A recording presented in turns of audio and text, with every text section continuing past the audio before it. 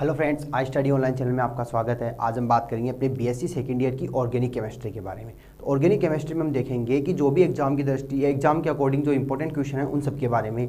तो हम ये जानते हैं कि अपनी जो सिलेबस है उसके अकॉर्डिंग ये कहा गया है कि जो 3 यूनिटें हैं वो हमें कंप्लीट देखनी है, या कहते हैं 5 यूनिट अपनी टोटल तो 5 यूनिट है, उनमें से हमें 3 यूनिट ऐसी देखनी है जो हमें अच्छे से आती हो, और उन्हीं से हम क्या करेंगे, उन क्वेश्चन को देखेंगे। क्योंकि अपने एग्जाम में जो पैटर्न दे रखा था कि भाई पहले ये था कि 1 यूनिट से 2 क्वेश्चन थे और उनमें से भी वो ये दोनों एक दूसरे के अथवा में थे। अब वो अथवा वाला मैटर हट चुका है। अब हमें केवल क्या करने हैं, जो भी 10 क्वेश्चन आते हैं उनमें से 3 क्वेश्चन को अटेम्प्ट करना है और अपना पेपर वहीं पे कंप्लीट हो जाता है। उसी के बेसिस पे हम देखेंगे कि अपनी जो यूनिट्स हैं, जैसे फर्स्ट यूनिट सेकंड यूनिट है, उन्हीं में से क्वेश्चंस को देखते हैं कि कौन सा क्वेश्चन है और किस प्रकार से वो आता है। फिर हम बात करें तो इंपॉर्टेंट क्वेश्चन है वो मेरे अकॉर्डिंग मैंने बनाए हैं, जो भी इंपॉर्टेंट है लगा वो हमने शो किया। इसके साथ हम बात करें क्वेश्चंस के साथ साथ उनके आंसर भी देखेंगे, कंप्लीट उनकी रिएक्शंस देखेंगे, मैकेनिज्म है तो मैकेनिज्म देखेंगे, अगर कोई डायग्राम दे रखा है तो डायग्राम भी देखेंगे। तो चलिए हम बात करते हैं अपने आगे फर्स्ट क्वेश्चन से।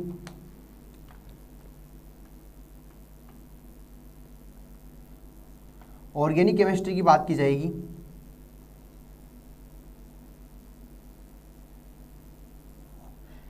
इसके अंदर सबसे पहले हम बात करें कि इसमें कुछ क्वेश्चंस हैं जिनमें फर्स्ट क्वेश्चन मेरा होगा बियर और लैम्बर्ट का नियम। बियर लैम्बर्ट का नियम। अब बात की जाए, हम यहाँ यूनिट के बारे में ना देख के केवल किसके बारे में देख रहे हैं, क्वेश्चंस के बारे में देख रहे हैं, और उसका फर्स्ट क्वेश्चन क्या है अपने पास, बियर एवं लैम्बर्ट का नियम। अब ये कहा गया बियर और लैम्बर्ट का नियम जो है वो किसके लिए दिया गया था, स्पेक्ट्रोस्कोपी के लिए दिया गया था। तो हमें पता है स्पेक्ट्रोस्कोपी हमने कौन से चैप्टर के अंदर पढ़ी थी, यूनिट नंबर फर्स्ट के अंदर पढ़ी थी, जिसको हमने क्या कहा था, इलेक्ट्रोमैग्नेटिक स्पेक्ट्रम। उसी के अंदर इसकी चर्चा की थी, बियर और लैम्बर्ट के नियम की। अब बात करते हैं सबसे पहले लैम्बर्ट नियम क्या होता है और बियर नियम क्या होता है। पहले अपने पास किसका नियम होगा, लैम्बर्ट का नियम। तो लैम्बर्ट का नियम क्या कहता है, कोई भी एकवर्णी प्रकाश उसको समांगी विलयन में, किसी भी एकवर्णी प्रकाश को समांगी विलयन में से गुजारने पर उसके अवशोषण की जो तीव्रता होती है वो आपतित विकिरण की तीव्रता के समानुपाती होती है। क्या कहता है कि भाई एकवर्णी जो प्रकाश हमने लिया है, एकवर्णी प्रकाश को समांगी विलयन में से, एकवर्णी प्रकाश को क्या करना है, एकवर्णी प्रकाश को समांगी विलयन में से गुजारने पर जो अवशोषण की विकिरणें होती है, अवशोषण की विकिरणों की तीव्रता की दर, क्या कह रहा है, एकवर्णी प्रकाश को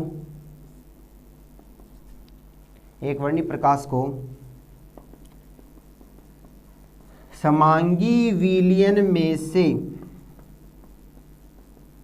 गुजारने पर अवशोषण विकिरण की तीव्रता की दर, अवशोषण विकिरण की तीव्रता की दर,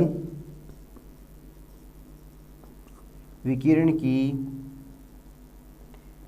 तीव्रता की दर जो होती है वो किसके समानुपाती होगी, आपतित विकिरण की तीव्रता की दर, आपतित विकिरण की तीव्रता के समानुपाती होगी। ये क्या होगा, इसकी डेफिनेशन किसके अकॉर्डिंग है, ये लैम्बर्ट के नियम के अकॉर्डिंग। तो सबसे पहले बात करें, लैम्बर्ट ने कौन सा प्रकाश लिया है, एकवर्णी प्रकाश लिया। एकवर्णी प्रकाश को समांगी विलयन में से गुजारने पर अवशोषण विकिरण या अवशोषण जो है, अवशोषण विकिरणें जो होती है उनकी तीव्रता की दर आपतित विकिरण की तीव्रता के समानुपाती होती है, आपतित विकिरण की तीव्रता के समानुपाती होती है। तो ये तो हमने बात कर ली यहां से हम बात करें गुजारने पर अवशोषण विकिरण की जो तीव्रता होगी, अवशोषण की विकिरण की तीव्रता की दर, तीव्रता की कमी की दर लिख देते हैं, कमी की दर जो है आपतित विकिरण की तीव्रता के समानुपाती होती है। तो अपने पास कौन कौन सी तीव्रता है, एक तो अवशोषण पदार्थ की तीव्रता है, एक आपतित विकिरण की तीव्रता है। तो ये कह रहा है एकवर्णी प्रकाश को समांगी विलयन में से गुजारने पर अवशोषण विकिरण जो होती है, अवशोषण विकिरण की तीव्रता की कमी की दर आपतित विकिरण की तीव्रता के समानुपाती होती है। तो यहां से बात करें आपतित विकिरण की तीव्रता के समानुपाती हो गई, आपतित विकिरण की तीव्रता के समानुपाती हो गई। तो सबसे पहले हम बात करते हैं कि भाई ये हमने क्या लिया, कोई पदार्थ लिया, ये मैंने क्या लिया, कोई पदार्थ लिया, इसमें से मैंने क्या किया, आई नोट की कोई विकिरण को गुजारा। जब ये विकिरण इस पदार्थ से होकर गुजरेगी तो कुछ विकिरणें क्या होंगी, बाहर भी निकलेंगी। इसको मैंने क्या माना, आई टी। ये तो क्या है, पारगमित विकिरण, पारगमित विकिरण। और ये क्या है, आपतित विकिरण। तो अपने पास दोनों विकिरण आ गई, आपतित एंड पारगमित। अब ये कहा गया है आपतित विकिरण को जो विलय में से गुजारने पर जो अवशोषण की विकिरणें होंगी उनकी तीव्रता की जो कमी है, कमी की दर और आपतित विकिरण की तीव्रता की क्या है, समानुपाती है। तो ये कहते हैं ये पदार्थ कौन सा है अपना, समांगी पदार्थ है, समांगी अवशोषक पदार्थ है, समांगी अवशोषक पदार्थ। ठीक है, तो यहां तक अपनी बात हुई। किस किस को लिया, एक वर्णी प्रकाश को लिया, विलयन कैसा लिया, समांगी लिया, एक वर्णी प्रकाश लिया, समांगी विलयन लिया। अब ये कहें एक वर्णी प्रकाश को जब हमने क्या किया, समांगी विलयन में से गुजारा तो अवशोषण विकिरणों की जो तीव्रता की कमी की दर है, अवशोषण विकिरणों की तीव्रता में जो कमी की दर है वो आपतित विकिरण की तीव्रता के समानुपाती होती है। ये तो हमने बात कर ली। अब हमने बात की कि आपतित विकिरणें जो होती हैं उसको अगर किसी पदार्थ से समांगी या उस पदार्थ से गुजारते हैं तो पारगमित विकिरणें आई टी है। तो आपतित विकिरण क्या थी, आई नॉट, और पारगमित क्या हो गई, आई टी। अब ये कह रहा है तो अपने पास क्या आया, I D I upon D x, इसका क्या करोगे, ये कह रहा है समानुपाती होती है किसके, आपतित विकिरण के। तो समानुपाती किसकी हो गई, आई की हो गई, समानुपाती किसके हो गई, आई के। तो इसको सोल्व करोगे तो क्या आ जाएगा, D I upon D x के आई। यहां से आई को मैं इधर ले लूँ तो मेरे पास क्या बचा, डी आई अपॉन आई के डी एक्स। इसको मैंने क्या माना, समीकरण नंबर 1 माना। ठीक है, अब ये कहें समीकरण 1 का समाकलन करने पर क्या कहोगे, समीकरण 1 का समाकलन करने पर। तो समीकरण 1 का समाकलन किसके अकॉर्डिंग करोगे, तो मैं कह दूं आई बराबर क्या है, पहले आई नॉट और फिर क्या आ गया आई टी, अक्स बराबर क्या हो गया 0 और अक्स बराबर अक्स। तो एक बार तो क्या लिखोगे, आई बराबर आई नॉट और आई बराबर आई टी, अक्स बराबर क्या है 0 तो अक्स बराबर अक्स। अब बात करें इसका समाकलन हम कर रहे हैं तो क्या लिखोगे, समाकलन डी आई अपॉन आई कहाँ से कहाँ तक है, आई नॉट से आई टी तक, आगे क्या हो जाएगा के डी एक्स, अक्स बराबर 0 पे है तो अक्स बराबर अक्स तक। अब यहाँ से बात करें तो के तो क्या है, एक कॉन्स्टेंट, तो ये तो क्या हो जाएगा बाहर की साइड, तो इसको क्या यहाँ लिख देते हैं D I upon I, I nought I T के डी एक्स, और यहाँ क्या आ गया अक्स बराबर एक्स, अक्स बराबर 0। अब बात की जाए तो डी इसका तो क्या हो जाएगा अक्स हो जाएगा और इसका क्या हो जाएगा आई टी अपॉन आई। तो यहाँ पे अपने पास क्या हो जाएगा एल एन।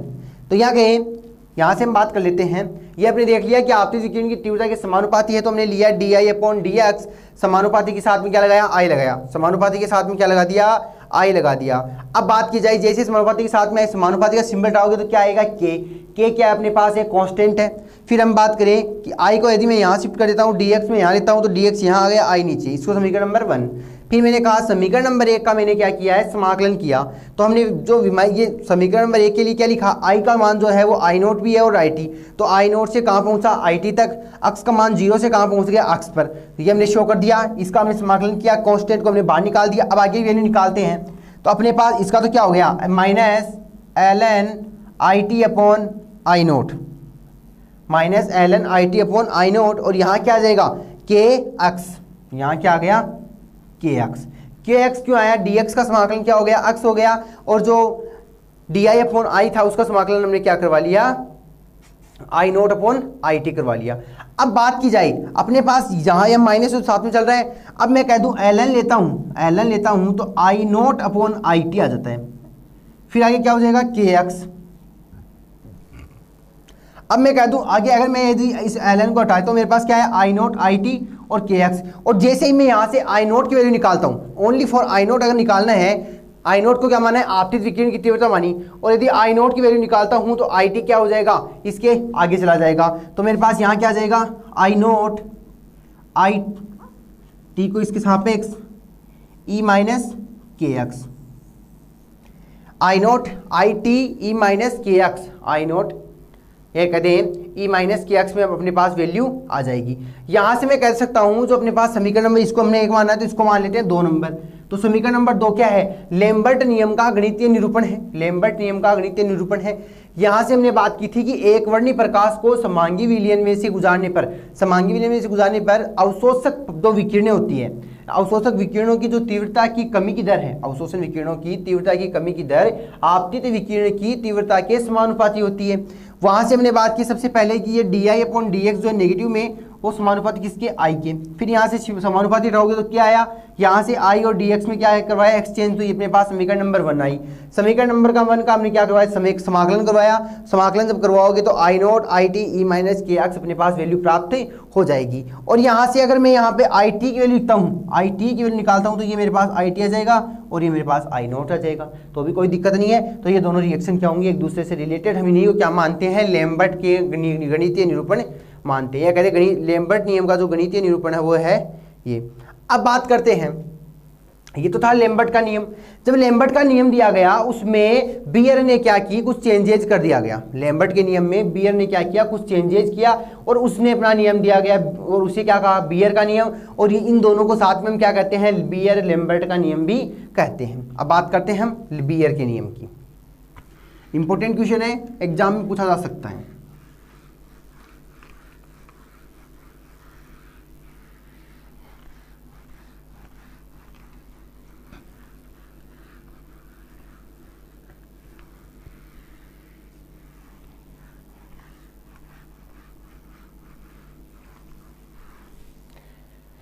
दूसरा क्या कह रहा है, बियर का नियम।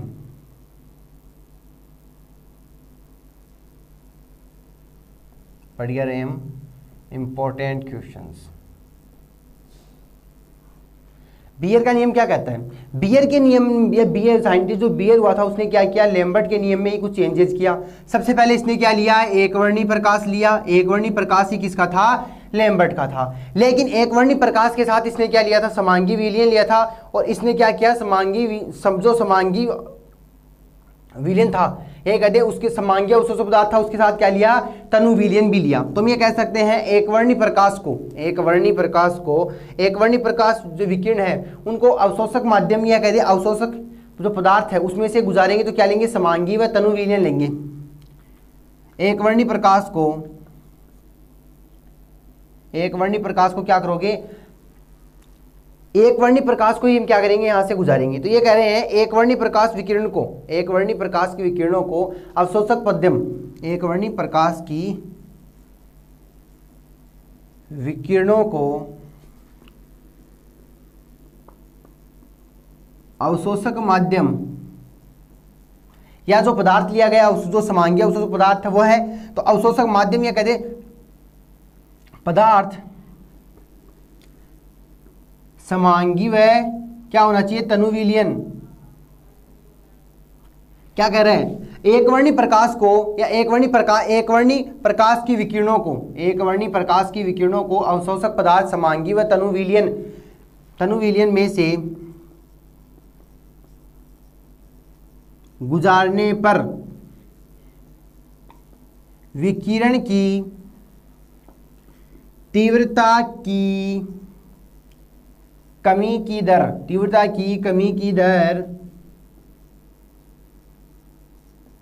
आपतित विकिरण व सांद्रता के समानुपाती होता है। किसके समानुपाती होता है, सांद्रता के समानुपाती होता है।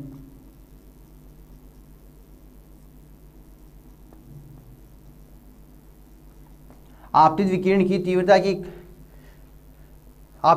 तीव्रता और वह सांद्रता की आपतित विकिरण में सांद्रता तीव्रता के समानुपाती होता है। तो यहां से मैं क्या लिखा कि एक वर्णी जो प्रकाश है उसको समांगी माध्यम व तनु विलयन में से गुजारने पर जो विकिरण की तीव्रता में जो कमी की दर है, वो आपतित विकिरण व सांद्रता की तीव्रता की क्या होती है, समानुपाती होती है। तो हम ये कह सकते हैं आपतित विकिरण की तीव्रता भी है और सांद्रता की तीव्रता भी है। आपतित विकिरण की तीव्रता व सांद्रता के गुणनफल के, या कहते आपतित विकिरण जो है, यहां से इसमें आपतित विकिरण की तीव्रता व, तो इसको यहां से हटाते हैं, सांद्रता के गुणनफल की लिख लेते हैं। सांद्रता के गुणनफल के समानुपाती हो, तो यहां पे क्या हो जाएगा भाई, अपने पास क्या है, dx/di, D I upon D x, ये माइनस में, इसको क्या लिखो, समानुपाती।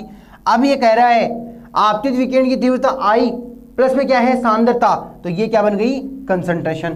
तो इन दोनों के क्या होगा, समानुपाती होगा। वही अपने पास क्या है, D I upon D x के आई सी, फिर मैं क्या कर दूं, डी आई अपॉन आई, यहाँ क्या हो जाएगा, के सी डी एक्स, इसको क्या माना, समीकरण नंबर 1 माना, के सी डी एक्स, इसको क्या मान लिया, समीकरण नंबर 1 मान लिया। अब बात करते हैं समीकरण नंबर 1 का क्या करवा दो, वही समाकलन करवा दो। समीकरण 1 का समाकलन, समीकरण 1 का समाकलन करवाया जाएगा तो अपने पास क्या क्या प्राप्त हो जाएगा, इसकी बात की जाए, डी आई किसके सापेक्ष करवाते हो, आई नोट अपॉन आई टी के सापेक्ष, और ये क्या हो जाएगा, के सी डी एक्स, जो होगा वो किसके बराबर, x बराबर 0 और x बराबर x के बीच। तो अपने पास यहाँ जो कांस्टेंट होंगे उनको बाहर निकालेंगे तो क्या आ जाएगा, k भी कांस्टेंट है, c भी कांस्टेंट है, और क्या बचा, dx बचा।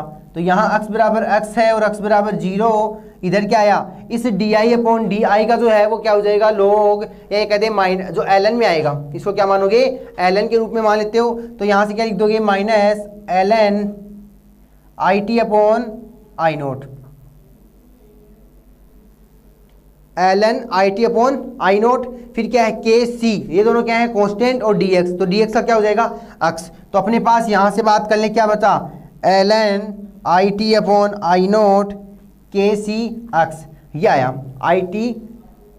अब बात करें जो ln है, या ln की जो वैल्यू है, जब इसको हटाएंगे तो अपने पास क्या हो जाएगा कि भाई आई नोट तो चला जाएगा ऊपर और आई टी चला जाएगा नीचे, बाकी के सी एक्स ऐसा का ऐसा। अब मैं कह दूं कि जैसे ही आई नोट ऊपर और आई टी नीचे चला गया, हमने क्या कर दिया, इसको ये लोग के रूप में लेंगे, और लोग के रूप में लेंगे तो यहाँ किस लोग का मान लिखेंगे। तो मैं कह दूं, किस प्रकार लिखोगे, 2.303 log I naught upon I T, फिर क्या है, के सी एक्स। अब बात की जाए तो दोनों पक्ष में क्या कर दो, 2.303 का भाग दे दो,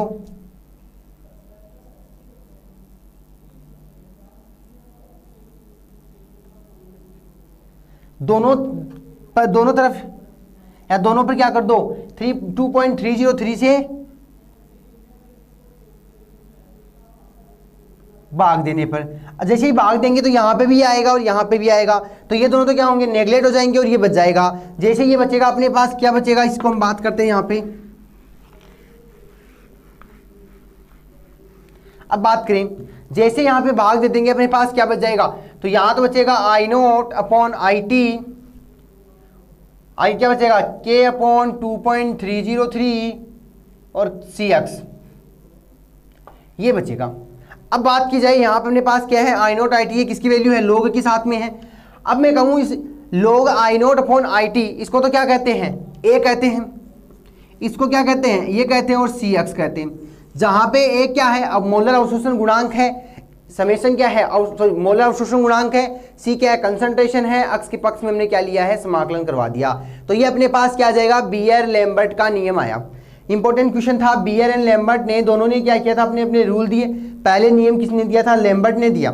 लैम्बर्ट का जो नियम आया था उसमें कुछ सुधार किया गया और किसने दिया, बियर का नियम दिया। लैम्बर्ट के नियम में क्या चेंजेस किया गया, लैम्बर्ट ने कहा था केवल समांगीय अवशोषक पदार्थ, और बियर ने उसके साथ क्या कर दिया, तनु विलयन को ऐड कर दिया। लैम्बर्ट ने कहा था कि आपतित विकिरण की तीव्रता के समानुपाती होगा, लेकिन बियर ने क्या कहा, आपतित विकिरण की तीव्रता के साथ साथ वो सांद्रता के गुणनफल के भी समानुपाती होगा। कहने का मतलब वहां आई के साथ सी को भी ऐड कर दिया गया। इन दोनों के जो चेंजेस हुए उसी को हम क्या कहते हैं, बियर लैम्बर्ट का नियम कहते हैं। तो यहां तक अपना फर्स्ट क्वेश्चन जो था इंपॉर्टेंट क्वेश्चन में वो कंप्लीट हो जाता है। सेकंड क्वेश्चन की हम बात करेंगे इलेक्ट्रॉनिक ट्रांजिशन के बारे में। सेकंड क्वेश्चन है अपना इलेक्ट्रॉनिक ट्रांजिशन।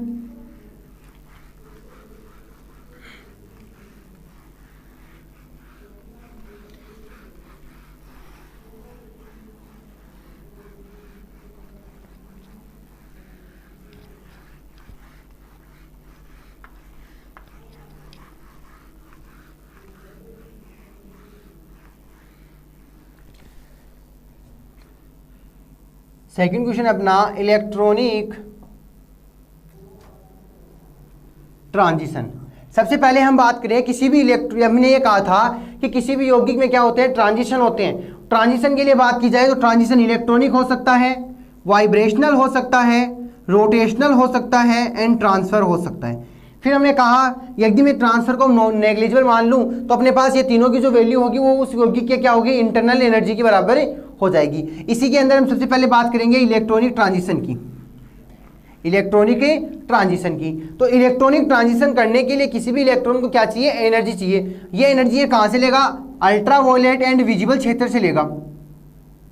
ये क्या कहता है, किसी भी इलेक्ट्रॉन को ट्रांजिशन करने के लिए क्या चाहिए, एनर्जी चाहिए। और एनर्जी कहाँ से लेगा, एक तो अल्ट्रावायलेट क्षेत्र से और दूसरा कहाँ से ले लेगा, विजिबल क्षेत्र से। इन दोनों से एनर्जी लेके क्या करेगा, एक्साइटेड होगा और इलेक्ट्रॉन ग्राउंड स्टेट से कहाँ चला जाएगा, एक्साइटेड स्टेट में चला जाएगा। तो हमने बात कर ली इलेक्ट्रॉनिक ट्रांजिशन की। अब बात कर रहे हैं हम इलेक्ट्रॉनिक ट्रांजिशन क्या होता है। सबसे पहले हम बात कर रहे हैं कि इलेक्ट्रॉनिक ट्रांजिशन वो होते हैं जिनमें इलेक्ट्रॉन क्या करते हैं कि मूल ऊर्जा स्तर से कहाँ जाते हैं, एक्साइटेड या उत्तेजित अवस्था में चले जाते हैं। सबसे पहले बात करें कि किसी भी अणु के अंदर जो परमाणु होते हैं वो क्या करते हैं, सहसंयोजक बंधों द्वारा जुड़े होते हैं। किसी भी, मान लीजिए मेरे पास ये कोई बॉन्ड है ए और बी, इसमें ये तो है होने को, ए भी क्या है, एक प्रकार का अणु है, लेकिन इस अणु को देखा जाए तो इसमें दो प्रकार के क्या है, परमाणु है। कौन से गए, ए बी और बी बी, दोनों ही क्या है, परमाणु है। अब ये कह रहा है दोनों परमाणु जिस बॉन्ड से जुड़े हैं उसको क्या कहते हैं, सहसंयोजक बॉन्ड कहते हैं। दोनों परमाणु जिस बॉन्ड से जुड़े हैं उसे क्या कहते हैं, सहसंयोजक बॉन्ड कहते हैं। और सहसंयोजक बॉन्ड कौन सा हो गया, ए व बी के मध्य वाला। तो हम ये कह सकते हैं कि एटॉमिक ऑर्बिट जो होते हैं वो ओवरलैपिंग करके, एटॉमिक ऑर्बिटल जो होते हैं वो ओवरलैपिंग करके क्या बनाते हैं, मॉलिक्यूलर ऑर्बिटल बनाते हैं। एटम्स जो होते हैं वो क्या बनाते हैं, मॉलिक्यूल। कहने का मतलब परमाणुीय कक्षक अतिव्यापन करके आणविक कक्षक का फॉर्मेशन करते हैं। अब बात की जाए यदि मैंने परमाणुीय कक्षक कितने लिए, दो, तो आणविक कक्षक भी कितने बनेंगे, दो। जैसे कि मैं बात कर लूं, ये मैंने क्या ले लिए, दो आणविक कक्षक का फॉर्मेशन किया। पहला क्या है अपने पास, बंदी आणविक कक्षक। पहला अपने पास है बंदी आणविक कक्षक और इसी का अपोजिट क्या बन जाएगा, विपरीत बंदी आणविक कक्षक। दूसरा क्या बन गया, विपरीत बंदी आणविक कक्षक। इसको क्या कहते हैं, bonding molecular orbital. Bonding molecular orbital, इसको क्या कहोगे, विपरीत का मतलब एंटी, तो यह क्या लिख दोगे, एंटी बॉन्डिंग मॉलिक्यूलर ऑर्बिटल। इसको कहते हैं एबीएमओ, इसको कहते हैं बीएमओ। दोनों की हमने चर्चा कर ली कि भाई एंटी बॉन्डिंग क्या होता है और बॉन्डिंग मॉलिक्यूलर क्या होता है। तो हमने बात की आणविक कक्षक जो बनते हैं वो किसके अतिव्यापन से बनते हैं, इन परमाणविक कक्षकों के अतिव्यापन से क्या बनता है, आणविक कक्षक बनते हैं। दो परमाणविक कक्षक से दो आणविक कक्षक बनते हैं। कहने का मतलब समान ऊर्जा के ऑर्बिट हमारे पास प्राप्त हो गए।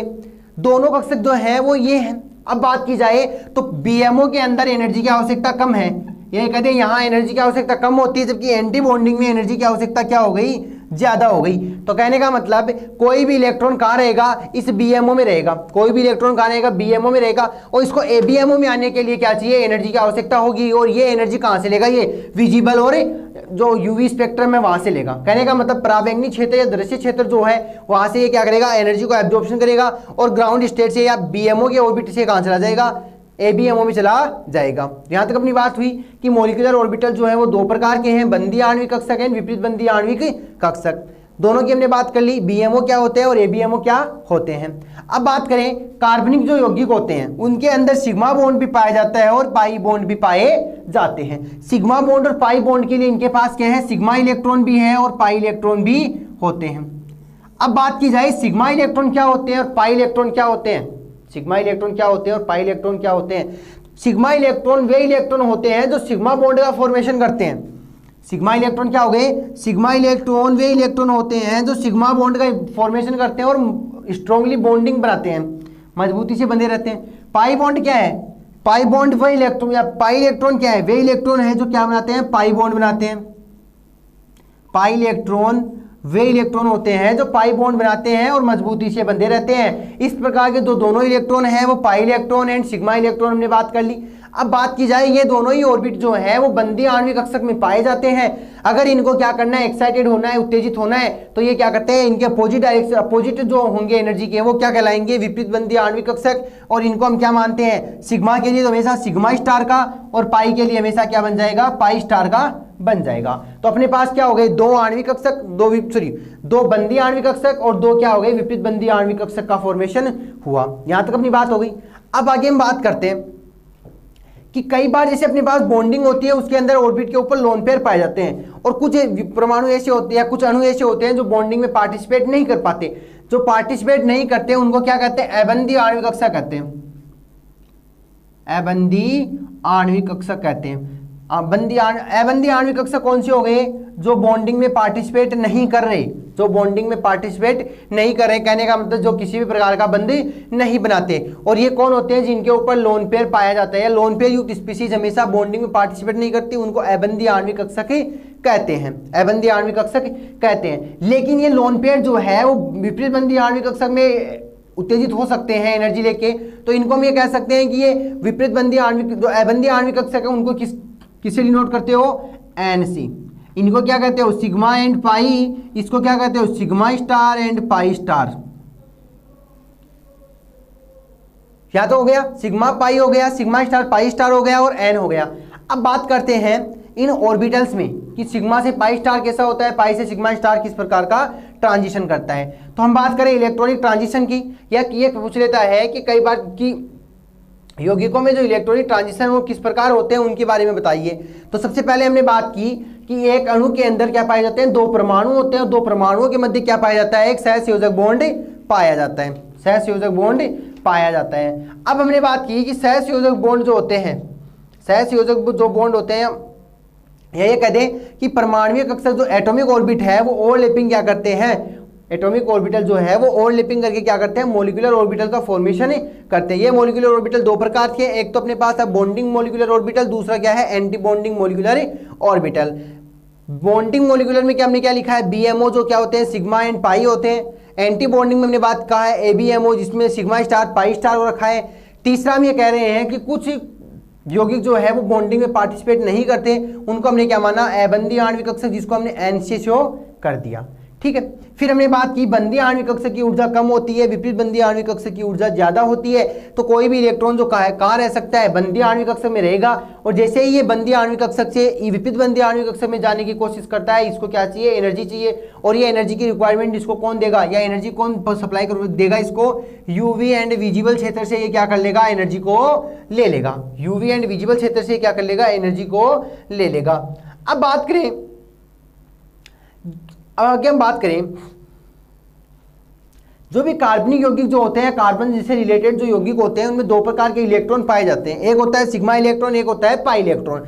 अब बात करें सिग्मा इलेक्ट्रॉन क्या है, तो सिग्मा इलेक्ट्रॉन हमेशा सिग्मा बॉन्ड का फॉर्मेशन करता है, और पाई इलेक्ट्रॉन हमेशा पाई बॉन्ड का फॉर्मेशन ही करता है। तो कैसे लिखोगे, सिग्मा इलेक्ट्रॉन वे इलेक्ट्रॉन होते हैं जो सिग्मा बॉन्ड का फॉर्मेशन करते हैं और मजबूती से बंधे रहते हैं। पाई इलेक्ट्रॉन वे होते हैं जो पाई बॉन्ड का फॉर्मेशन करते हैं और मजबूती से बंधे होते हैं।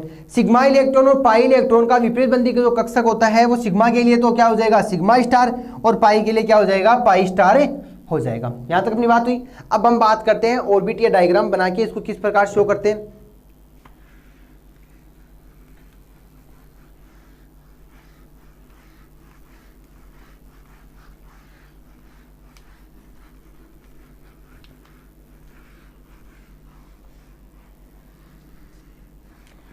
सिग्मा और जो अपने पास जो ट्रांजिशन होता है वो किस प्रकार से होता है, उनकी हमें बात करनी है।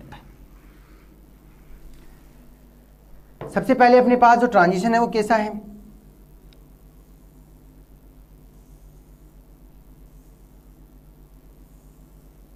सबसे पहले हम बात कर लेते हैं सिग्मा इलेक्ट्रॉन, पाई इलेक्ट्रॉन, या सिग्मा बॉन्ड पाई बॉन्ड, ऊपर क्या हो जाएगा, सिग्मा स्टार पाई स्टार। अब बात की जाए तो हमारे पास जो बीच के अंदर है उसको क्या मानते हैं, अबंदी आणविक कक्षक, जिसको हमने किससे डिनोट किया, N से डिनोट किया। तो जो स्टार वाले हैं वो हमेशा कौन से होंगे, एंटी बॉन्डिंग वाले होंगे, और जो सिग्मा और पाई है उनको क्या मानते हैं, बॉन्डिंग मॉलिक्यूलर ऑर्बिटल। कहने का मतलब BMO, और ये क्या हो गया, ABMO। अब बात की जाए, कोई भी इलेक्ट्रॉन जो है वो सबसे पहले कहाँ जाता है, बंदी आणविक कक्षक में जाता है। मान लीजिए मेरे पास जो इलेक्ट्रॉन है वो यहाँ है, यहाँ है, इसके पास पर्याप्त एनर्जी नहीं है कि ये ट्रांजिशन करे, कहाँ जाए, सिग्मा स्टार में। और दूसरी बात, सिग्मा वाला इलेक्ट्रॉन हमेशा सिग्मा स्टार में ही ट्रांजिशन करेगा, ना कि पाई स्टार में। पाई इलेक्ट्रॉन जो है वो हमेशा पाई स्टार में ही ट्रांजिशन करेगा। केवल एन और एन एक ऐसा जो होगा लोन पेयर युक्त स्पीसीज जो सिग्मा स्टार में भी जा सकती है और पाई स्टार में भी जा सकती है। इसको एनर्जी कैसी मिलेगी, उसी के अकॉर्डिंग ये क्या करेगी, ट्रांजिशन करेगी। या ये कह दे, अगर लोन पेयर के साथ में कोई स्पीसीज ऐसी है जो डबल बॉन्ड रखती है, तब तो कहाँ जाएगा, पाई स्टार के पास में। अगर लोन पेयर के साथ कोई ऐसी स्पीसीज है जो नेगेटिव चार्ज रखती है तो कहाँ से, सॉरी सिंगल बॉन्ड रखती है, तो वो कहाँ जाएगा, सिग्मा स्टार में। हमने बात कर ली इलेक्ट्रॉन जो है वो यहाँ है। जैसे इलेक्ट्रॉन को एनर्जी की आवश्यकता हुई, इलेक्ट्रॉन एनर्जी कहाँ से लेगा, यूवी और पराबैंगनी क्षेत्र से, और कहाँ पहुँच गया, सीधा सिग्मा स्टार में चला गया। और इलेक्ट्रॉन यहाँ से कहाँ आया, यहाँ आ गया। फिर सेकंड हमने बात की पाई की। पाई इलेक्ट्रॉन क्या करेगा, सीधा पाई स्टार में जाएगा। और एन क्या करेगा, एन से पाई में ट्रांजिशन करेगा, और एन से जो सिग्मा में भी ट्रांजिशन हो जाएगा। ये अपने पास क्या हो रहे हैं, 4 प्रकार के ट्रांजिशन होंगे। कौन कौन सा है, सिग्मा से सिग्मा स्टार, एन से सिग्मा स्टार, पाई से पाई स्टार, एन से पाई स्टार। अब बात की जाए तो इस क्षेत्र के लिए, कहने का हम तो सिग्मा से सिग्मा स्टार के ट्रांजिशन करेंगे, तो इसके लिए हमें एनर्जी की आवश्यकता बहुत ज़्यादा होती है, हमें एनर्जी की आवश्यकता बहुत ज़्यादा होती है। अब बात करें, जितनी ज़्यादा एनर्जी होगी, जितनी ज़्यादा एनर्जी होगी, लैम्डा मैक्सिमम का मान उतना ही क्या होगा, कम होगा। कहने का मतलब अवशोषण बैंड हमें उतने ही कम उतने ही कम मान पे प्राप्त होंगे। जितनी ज्यादा एनर्जी बढ़ेगी, लैम्डा मैक्सिमम का मान उतना ही कम होगा। कहने का मतलब अवशोषण बैंड में हमें लो कंडीशन पे मिलते जाएंगे। अब बात करें, इस इलेक्ट्रॉन को यहां तक जाने के लिए एनर्जी की आवश्यकता बहुत ज्यादा है, तो इसका जो लैम्डा मैक्सिमम का मान होगा वो क्या होगा, बहुत ही कम होगा। जबकि एन से सिग्मा स्टार, एन से जो पाई स्टार का ट्रांजिशन है उसको एनर्जी की आवश्यकता बहुत कम है, तो इसके लिए लैम्डा मैक्सिमम का मान क्या होगा, उच्च होगा। लैम्डा मैक्सिमम का मान उच्च या निम्न के मतलब क्या है कि अवशोषण बैंड जो है वो हमें कम तरंग दैर्ध्य पे प्राप्त होते हैं या उच्च तरंग दैर्ध्य पे प्राप्त होते हैं। किस पर डिपेंड कर रहा है, इस एनर्जी पे डिपेंड कर रहा है कि इलेक्ट्रॉन या ट्रांजिशन के लिए कितनी एनर्जी की रिक्वायरमेंट हुई, इलेक्ट्रॉन को कितनी एनर्जी की आवश्यकता हुई। अब बात करें, सबसे पहले अपने पास ट्रांजिशन कौन सा है, सिग्मा से सिग्मा स्टार का ट्रांजिशन है। सिग्मा से सिग्मा स्टार ट्रांजिशन करने के लिए सबसे पहले ये पता होना चाहिए कि सिग्मा से सिग्मा स्टार करने के लिए दो बॉन्ड कैसे होते हैं, सिंगल बॉन्ड। सिंगल बॉन्ड के लिए अपने पास क्या होता है, एल्केन, साइक्लो एल्केन, ये कुछ एग्जांपल्स हैं अपने। तो ये कह सकते हैं एल्केन, साइक्लो एल्केन के ही अंदर क्या होता है, सिग्मा से सिग्मा स्टार का ट्रांजिशन पाया जाता है। सिग्मा से सिग्मा स्टार का ट्रांजिशन एल्केन साइक्लो एल्केन में मिल रहा है, तो अपने पास ये कह सकते हैं इसके लिए एनर्जी की आवश्यकता ज्यादा हुई, इस ट्रांजिशन के लिए एनर्जी ज्यादा चाहिए। ट्रांजिशन के लिए एनर्जी ज्यादा चाहिए तो लैम्डा मैक्सिमम का मान क्या हो गया, उतना ही कम हो गया। लैम्डा मैक्सिमम का मान उतना ही कम हो गया। अब बात करें, एनर्जी की रिक्वायरमेंट जितनी ज्यादा होती है लैम्डा मैक्सिमम का मान उतना ही कम होता जाता है, और ये अपने पास क्या हो गया, ट्रांजिशन हो गया। ये तो था फर्स्ट, सिग्मा से सिग्मा स्टार। सेकंड हम बात करते हैं सिग्मा से एन स्टार की। दूसरा अपने पास क्या हो गया, सिग्मा से एन स्टार या सिग्मा एन से सिग्मा स्टार में ट्रांजिशन होगा। अब बात की जाए तो एन क्या है, लोन पेयर युक्त है, और सिग्मा स्टार इसका मतलब यहाँ क्या होंगे, लोन पेयर युक्त स्पीसीज और साथ में क्या हो, जिनमें सिंगल बॉन्ड पाया जाता हो। अब बात करते हैं एनर्जी की। तो हम बात करें कि सिग्मा से सिग्मा स्टार के से एनर्जी की आवश्यकता क्या हुई, कम हुई। भाई ये क्षेत्र जो है इतना बड़ा है, यहाँ तक तो लिए इसकी एनर्जी की आवश्यकता क्या होगी, कम होगी। लेकिन मैं कह दूं कि एन से सिग्मा स्टार से इसमें पाई से पाई स्टार के लिए एनर्जी की आवश्यकता क्या हुई, ज़्यादा हो गई। इससे तो ज़्यादा है लेकिन इससे कम है। कहने का मतलब सिग्मा से सिग्मा स्टार में ट्रांजिशन करने में जो एनर्जी लगी थी उससे थोड़ी कम एनर्जी प्राप्त होगी। तो इसके लिए हम क्या लिखेंगे, भाई एनर्जी का मान थोड़ा कम होता जाएगा तो लैम्डा मैक्सिमम उससे थोड़ा ऊपर बढ़ता जाएगा। जैसे जैसे लैम्डा मैक्सिमम का मान बढ़ेगा एनर्जी का मान कम होता जाएगा। तो सेकंड हो गया एन से सिग्मा स्टार। तो जो एन से सिग्मा स्टार है और सिग्मा से सिग्मा स्टार है, दोनों ही प्रकार के जो यौगिक होंगे वो ट्रांजिशन कौन से यौगिकों के साथ करता है, इनमें सिंगल बॉन्ड पाए जाते हैं। संतृप्त यौगिक जो होंगे उनमें क्या होता है, इस प्रकार के ट्रांजिशन पाए जाते हैं। थर्ड जो अपने पास है वो क्या होगा, पाई से पाई स्टार का।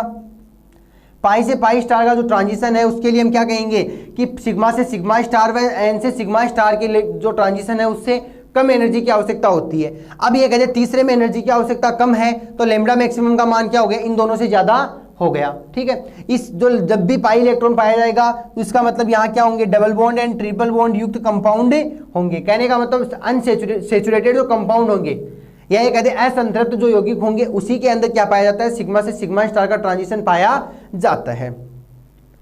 इसके साथ फोर्थ जो है वो क्या कहलाएगा अपने पास, फोर्थ जो है वो क्या कहलाएगा, एन से सिग्मा, एन से पाई स्टार।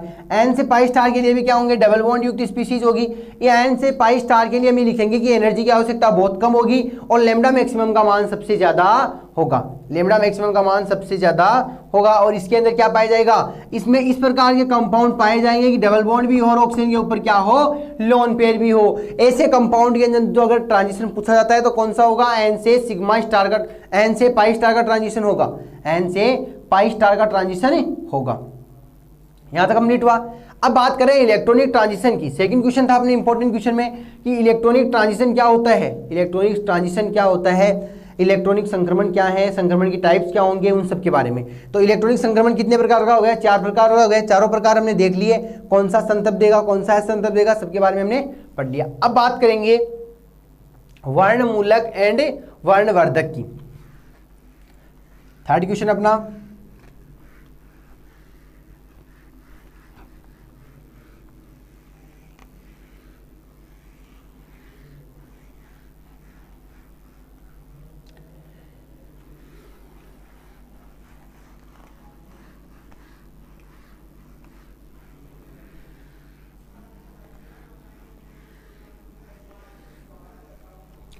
थर्ड क्वेश्चन अपना क्या हो गया,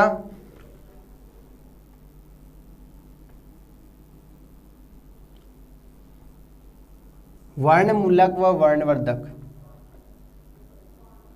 तो इनके बारे में शॉर्ट नोट भी पूछ सकता है, दोनों में डिफरेंस पूछ सकता है और इन दोनों के बारे में वैसे भी पूछ सकता है। सबसे पहले बात की जाए वर्णमूलक क्या होते हैं और वर्णवर्धक क्या होते हैं। वर्णमूलक को हम कहते हैं क्रोमोफोर और वर्णवर्धक क्या होता है, ऑक्सोक्रोम, ऑक्सोक्रोम। सबसे पहले कहा जाए वर्णमूलक के बारे में चर्चा करते हैं। वर्णमूलक को क्या कह रहे हैं, क्रोमोफोर, और नॉर्मली हमें कहते हैं वर्णमूलक का मतलब होता है जो रंग देता है। सबसे पहले बात करें, क्रोमोफोर जो है एक ग्रीक भाषा का वर्ड है। क्रोमोफोर जो है एक ग्रीक भाषा का वर्ड है जिसका मतलब क्या होता है, क्रोमो प्लस फोर।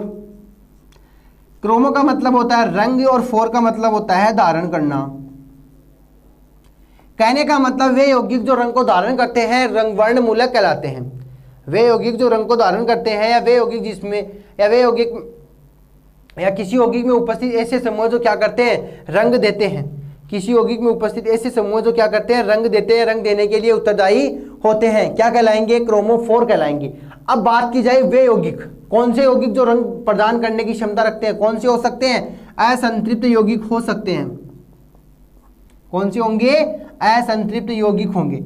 असंतृप्त का मतलब जिनमें डबल बॉन्ड पाया जाता है, जिनमें क्या पाया जाता है, डबल बॉन्ड पाया जाता है। इसके बाद आगे हम बात कर लेते हैं, ये हो गया। इसके अलावा अपने पास कौन कौन से समूह हैं, जैसे कि मैं बात करूं एन डबल बॉन्ड एन, ये भी क्या अपने पास डबल बॉन्ड युक्त है। इसके अलावा कार्बोनिल कंपाउंड है, एसिल कंपाउंड है, कीटोनिक कंपाउंड है, एल्डिहाइड है, सारे के सारे क्या है, कार्बोनिल युक्त है। कहने का मतलब CO समूह युक्त है, डबल बॉन्ड युक्त कंपाउंड है। तो हम ये कह रहे हैं असंतृप्त यौगिक ही क्या है, वर्णमूलक है, क्रोमोफोर है, जो रंग देने की कैपेसिटी रखते हैं। असंतृप्त यौगिकों की हमने चर्चा कर ली, यौगिकों के एग्जाम्पल हमने लिख लिए। दूसरा अब ये कह रहे हैं कि इसके अंदर ये क्रोमोफोर जो पाया जाता है उसके अंदर एग्जाम्पल के लिए अब ये कहें कि इसके अंदर जो इलेक्ट्रॉन्स होते हैं वो पराबैंगनी क्षेत्र से एनर्जी लेके क्या करते हैं, ट्रांजिशन करते हैं। इलेक्ट्रॉन जो है पराबैंगनी क्षेत्र से क्या करेंगे, इलेक्ट्रॉन एनर्जी लेंगे और ट्रांजिशन करेंगे।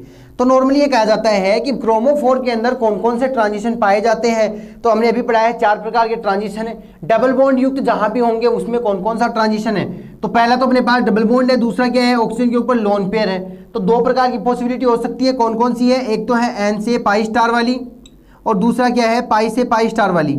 कहने का मतलब ये दोनों क्या पाए जाएंगे, यहाँ ट्रांजिशन पाए जाएंगे। किसके अंदर है ये, क्रोमोफोर के अंदर है। तो क्रोमोफोर के अंदर 2 प्रकार के क्या है, ट्रांजिशन है। एन से पाई स्टार का और पाई से पाई स्टार का। इसके अलावा हमने बात कर ली कि वर्णमूलक जो है वो ऐसे यौगिक होते हैं जो रंग देने की क्षमता रखते हैं। जो क्रोमोफोर है वो एक ग्रीक भाषा का वर्ड है जिसमें क्रोमो का मतलब रंग होता है और फोर का मतलब होता है धारण करना। कहने का मतलब ऐसे यौगिक जो क्या हो रंग देने के लिए उत्तरदायी होते हैं। ऐसे यौगिक जो रंग देने के लिए उत्तरदायी होते हैं क्या कहलाएंगे?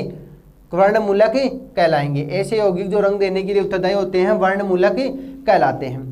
अब बात करें तो हो गया वर्णमूलक की बात। अब बात करते हैं वर्णवर्धक की बात। तो वर्णवर्धक का मतलब क्या होता है? जो वृद्धि करता है। वर्ण मतलब रंग में क्या करता है? वृद्धि करता है। तो इसमें क्या लिखोगे? ऐसे यौगिक जो रंग न देकर रंग की कैपेसिटी को बढ़ाते हैं। ऐसे यौगिक जो रंग ना देकर रंग की क्षमता को बढ़ा देते हैं वर्णवर्धक कहलाते हैं। वर्णवर्धक कहलाते हैं। इस प्रकार के जो यौगिक होते हैं कौन से? वर्णवर्धक के। तो हमने कहा ऐसे यौगिक जो वर्ण की मतलब रंग की कैपेसिटी को बढ़ाते हैं। तो इसमें क्या होगा? संतृप्त यौगिकों को काम में लिया जाएगा।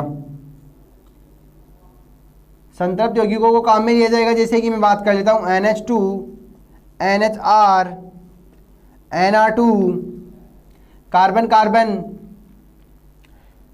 इसके अलावा ये कहते हैं कि एल्किल समूह है, एल्कोक्सी समूह है। ये कुछ कंपाउंड हमने लिए जो क्या करते हैं? संतृप्त कंपाउंड है और संतृप्त यौगिक है जो क्या करते हैं? रंग ना देकर रंग की कैपेसिटी को बढ़ाते हैं। क्या कहलाते हैं? ऑक्सोक्रोम कहलाते हैं। अब बात करें संतृप्त यौगिक है तो इसमें क्या होंगे? सिग्मा और सिग्मा। सिग्मा में सिग्मा स्टार, एन से सिग्मा स्टार, एन से सिग्मा स्टार। दो प्रकार के क्या पाए जाते हैं? ट्रांजिशन पाए जाते हैं। तो क्या कह सकते हो कि क्रोमोफोर एंड ऑक्सोक्रोम जो है उनमें दोनों में क्या पाए जाते हैं? दो दो प्रकार के ट्रांजिशन पाए जाते हैं। दोनों में क्या है? दो दो प्रकार के ट्रांजिशन पाए जाते हैं। सिग्मा से सिग्मा स्टार हो गया, एन से सिग्मा स्टार हो गया। सिग्मा से सिग्मा स्टार व एन से सिग्मा स्टार दोनों प्रकार के क्या है? ट्रांजिशन है। और ये दोनों ट्रांजिशन के कारण ये क्या कर देते हैं? रंग देते हैं। यहाँ तो हो गया। अब बात करते हैं एग्जाम्पल लेके। मैंने एग्जाम्पल लिया है NO2,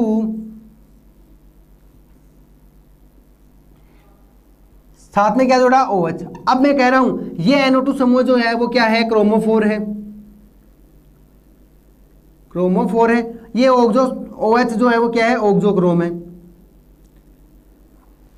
अगर मेरे पास OH समूह नहीं होता तो ये केवल क्या होता? क्रोमोफोर होता, रंग देता। अब बात करें अकेला क्रोमोफोर जुड़ा है तो ये हमेशा क्या देता है? लाइट रंग देता है। और NO2 की उपस्थिति में क्या होता है? पीला रंग या येलो रंग देगा, लाइट येलो। जैसे ही मैं कह रहा हूं OH समूह को ऐड किया, ऑक्सोक्रोम को ऐड कर दिया गया, ये लाइट कलर जो था उसकी क्या हो गई? कैपेसिटी बढ़ी। कैपेसिटी बढ़ते ही क्या बन गया? लाइट से डार्क में। तो क्या बना? Dark yellow. डार्क का मतलब होता है गहरा। गहरा पीला रंग हमें क्या हो जाता है? प्राप्त हो जाता है। किससे? वर्णमूलक एंड वर्णवर्धक से। तो 3 क्वेश्चन अपने कंप्लीट हुए। इसी के बाद हम 4th क्वेश्चन की बात करते हैं।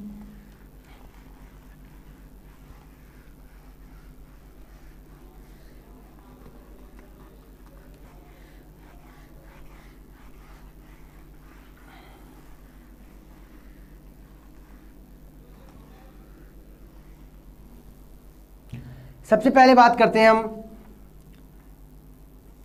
कुछ शिफ्ट दे रखे हैं, विस्थापन दे रखे हैं। ये पूछा जाता है कि प्रतिस्थापियों का प्रतिस्थापियों का प्रभाव क्या होता है। सिंपली एक क्वेश्चन ये भी पूछा जाता है कि और जो बैथोक्रोमिक शिफ्ट है वो क्या होता है, हिप्सोक्रोमिक शिफ्ट क्या होता है, हाइपरक्रोमिक शिफ्ट क्या होता है और हाइपोक्रोमिक शिफ्ट क्या होते हैं। तो हम ये कह रहे हैं केवल शिफ्टों की बात कर रहे हैं। पहला शिफ्ट अपने पास है बैथोक्रोमिक शिफ्ट।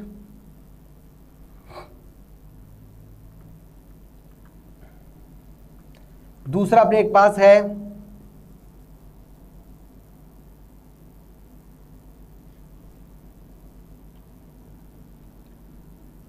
हिप्सोक्रोमिक। तीसरा अपने पास है हाइपरक्रोमिक।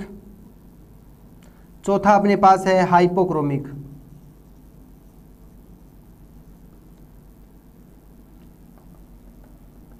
सबसे पहले हम बात करें बैथोक्रोमिक। बैथोक्रोमिक शिफ्ट क्या कहता है? वर्णोत्कृषी। इसको क्या कहते हो? वर्णोत्कृषी विस्थापन। इसको कहते हो वर्णोपकृषी विस्थापन। वर्णोत्कृषी, वर्णोपकृषी। फिर अपने पास क्या बच गया? Hyperchromic and hypochromic. इनको क्या कहते हैं? अतिवर्णक एंड अधोवर्णक। कहने का मतलब अतिवर्णक एंड अधोवर्णक, इसकी भी हमें चर्चा करनी है। तो सबसे पहले हम बात कर लेते हैं वर्णोत्कृष्टी, वर्णोपकृष्टी। दूसरा है अपने पास अतिवर्णक एंड अधोवर्णक।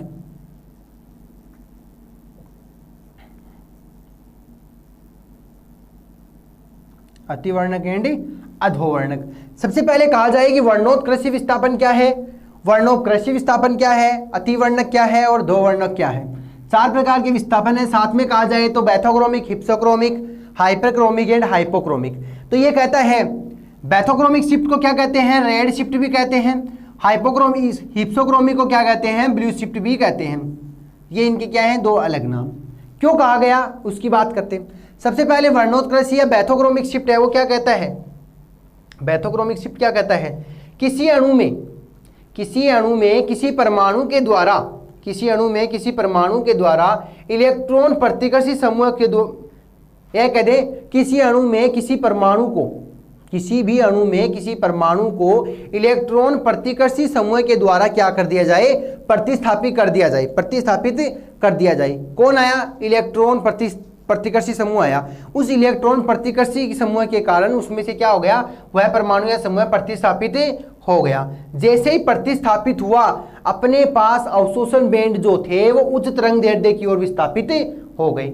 अवशोषण बैंड कहां चले गए, उच्च तरंग दैर्ध्य की ओर, मतलब लैम्ब्डा मैक्सिमम का मान क्या हो गया, बढ़ गया। अब कह रहे हैं जब ये लैम्ब्डा मैक्सिमम का मान बढ़ा तो उस विस्थापन को क्या कहते हो, वर्णोत्कृष्टी विस्थापन या बैथोक्रोमिक शिफ्ट कहते हैं, बैथोक्रोमिक शिफ्ट कहते हैं। अब ये कह रहे हैं कि अवशोषण बैंड जो है वो लाल कलर की तरंग दैर्ध्य की ओर विस्थापित होता है। अवशोषण बैंड जो है वो लाल कलर की विकिरणों की ओर विस्थापित होता है, तो इसलिए इसको हम क्या कहते हैं, रेड शिफ्ट भी कहते हैं, रेड शिफ्ट भी कहते हैं। दूसरा अपने पास है वर्णोत्कृष्टी, तो ये था वर्णोपकृष्टी। अब अपने पास वर्णोपकृष्टी, वर्णोपकृष्टी विस्थापन की बात करें तो वर्णोपकृष्टी क्या कहता है, वर्णोत्कृष्टी के जस्ट अपोजिट हो जाएगा, मतलब अवशोषण बैंड जो है वो कम तरंग दैर्ध्य की ओर चले जाएंगे। तो हमने इसमें लिखा था कि किसी परमाणु का इलेक्ट्रॉन प्रतिकर्षी के द्वारा क्या होता है, प्रतिस्थापन। अब ये कह रहा है किसी इलेक्ट्रॉन ग्राही के द्वारा क्या होता है, यह कह दें कोई इलेक्ट्रॉन ग्राही समूह क्या हो जाता है, उसमें आके जुड़ जाता है। अब ये कह रहे प्रतिकर्षी तो वो प्रतिस्थापित करेगा, इलेक्ट्रॉन ग्राही होगा तो वो क्या करेगा, इलेक्ट्रॉन ग्राही का क्या होगा, उसमें प्रवेश होगा, मतलब इलेक्ट्रॉन ग्राही समूह उसमें अणु के अंदर जुड़ेगा। तो कह रहे हैं किसी यौगिक में इलेक्ट्रॉन ग्राही समूह प्रवेश कर जाए और इलेक्ट्रॉन ग्राही के रूप में क्या लेते हैं, एसिटिल समूह। जैसे ही एसिटिल समूह उस यौगिक के अंदर प्रवेश करता है तो अपने जो अवशोषण बैंड है वो कहाँ प्राप्त होते हैं, लैम्ब्डा मैक्सिमम या कम की ओर, मतलब अवशोषण बैंड जो है वो निम्न तरंग दैर्ध्य की ओर विस्थापित होते हैं, इसीलिए इसको क्या कहते हो, हिप्सोक्रोमिक शिफ्ट भी कहते हो। अब बात की जाए हिप्सोक्रोमिक शिफ्ट जो है वो कम तरंग दैर्ध्य पे हमें प्राप्त होता है, तो अवशोषण जो बैंड है वो ब्लू कलर की ओर या ये कहते हैं नीले रंग की ओर विस्थापित होते हैं, इसीलिए इसको क्या कहते हो, नीला शिफ्ट भी कहते हो, ब्लू शिफ्ट भी कहते हो। अब बात कर लेते हैं दोनों की, हम एक साथ में क्या बनाएंगे, ग्राफ बनाएंगे। मेरे पास मैं कह दूं कि यहां से लेके ये क्या था, शिफ्ट था,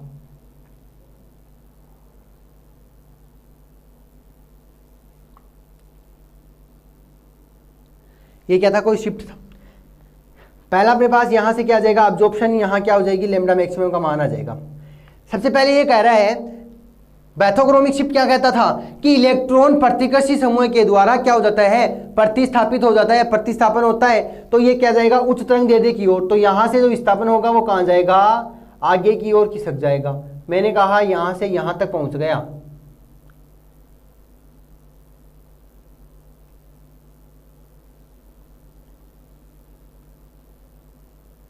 यहां से यहां तक गया, तो ये क्या हुई, लैम्ब्डा मैक्सिमम के मान में वृद्धि हुई। दूसरा कह रहा है हिप्सोक्रोमिक, जैसे ही ये विस्थापन कम होगा, इसका मतलब इस बार क्या होगा, यहां से यहां तक, तो ये विस्थापन में यहां तक आया तो इधर चला गया, लैम्ब्डा मैक्सिमम का मान क्या हो गया, कम हो गया। तो पहला था अपने पास वर्णोत्कृष्टी बैथोक्रोमिक शिफ्ट, दूसरा था अपने पास हिप्सोक्रोमिक मतलब वर्णोत्कृष्टी विस्थापन, दोनों की हमने चर्चा की। अब बात करते हैं hyperchromic and hypochromic, hyperchromic and hypochromic. तो यहां से ये कह दें यदि किसी समूह में, किसकी बात करें, हाइपरक्रोमिक, यदि किसी समूह में या परमाणु में परिवर्तन हो जाए, किसी समूह या परमाणु में परिवर्तन हो जाए तो अपने पास जो अवशोषण बैंड की तीव्रता है वो क्या हो जाती है, बढ़ जाती है। ये कहते हैं समूह के परिवर्तन से क्या होगी, अवशोषण बैंड की तीव्रता बढ़ जाती है। जैसे ही हम उस परमाणु या समूह के अंदर कोई चेंजेस करते हैं, कोई परिवर्तन करते हैं, यदि अवशोषण बैंड की तीव्रता बढ़ती है तब तो क्या कहलाएगा, हाइपरक्रोमिक, और यदि अवशोषण बैंड की तीव्रता घटती है तब क्या कहलाएगा, हाइपोक्रोमिक। हाइपरक्रोमिक एंड हाइपोक्रोमिक दोनों की अपनी बात हुई। इसकी भी हम डायग्राम बनाते हैं, वही अपने पास डायग्राम है। ये कह रहा है कि ये मेरे पास क्या है, वो शिफ्ट है, ये ट्रांजिशन करता है, जो प्रतिस्थापन करता है। अब ये कह रहे हैं यदि हाइपरक्रोमिक है तो इसका मतलब हमने क्या किया है, परमाणु की तीव्रता में कुछ, परमाणु में क्या किया, कुछ परिवर्तन किया, जिससे उस अवशोषण बैंड की तीव्रता क्या हुई, बढ़ी। अवशोषण बैंड की तीव्रता मतलब बढ़ी का मतलब ये इस टाइप से गया, मतलब ये ऊपर की ओर खिसक गई, ठीक है, तब तो क्या होगा, हाइपरक्रोमिक होगा। अब ये दूसरा कह रहा है यदि अवशोषण बैंड की तीव्रता में क्या हो जाए, कमी हो जाए, हमने परमाणु में क्या किया, कुछ परिवर्तन किया, जिससे अवशोषण बैंड की तीव्रता में कमी आई। जैसे ही कमी आएगी मेरे पास, मैं कह दूं अवशोषण बैंड जो है वो कहाँ चला गया, इधर नीचे की ओर शिफ्ट हो गया। कहने का मतलब ये नीचे की ओर चला जाएगा, अवशोषण बैंड जो है हमें नीचे की ओर प्राप्त हो जाएंगे। तो 4 प्रकार के अपने पास शिफ्ट प्राप्त हुए, बैथोक्रोमिक देख लिया, हिप्सोक्रोमिक, हाइपरक्रोमिक एंड हाइपोक्रोमिक। ये चारों प्रकार के शिफ्ट क्या कहता है, 2 हमने यहाँ लिए हैं। इसकी मैं बात करूँ तो ये तो क्या है, हाइपोक्रोमिक, सॉरी हिप्सोक्रोमिक, ये क्या है, बैथोक्रोमिक। यहाँ ऊपर की बात करूँ तो ये है हाइपरक्रोमिक, ये क्या है, हाइपोक्रोमिक। तो चारों प्रकार के शिफ्ट हमने ले लिए। एब्जॉर्प्शन अवशोषण विकिरणों का यहाँ क्या हो जाएगी, लैम्डा मैक्सिमम की वैल्यू आ जाएगी। तो यहाँ तक अपने 4 क्वेश्चन कंप्लीट हुए। बैथोक्रोमिक शिफ्ट हमने बात, जो शिफ्ट थे वो उसके बारे में चर्चा कर ली। अब बात करते हैं वुडवर्ड एंड फीजर का नियम। इसके बाद अपना नेक्स्ट क्वेश्चन क्या हो जाएगा, वुडवर्ड एंड फीजर का नियम। अब वुडवर्ड एंड फीजर का जो नियम है वो क्या कहता है, तो वुडवर्ड एंड फीजर ने कुछ जो डाइन्स दे रखी है, संयुग्मित डाइन्स दे रखी है, उनके कुछ एग्जाम्पल दिए होते हैं, उनका हमें क्या निकालना होता है, लैम्डा मैक्सिमम का मान निकालना होता है। हर एक रिंग के लिए इसका मान जो है वो अलग अलग होता है, तो उसी के अकॉर्डिंग हम इनकी बात करेंगे।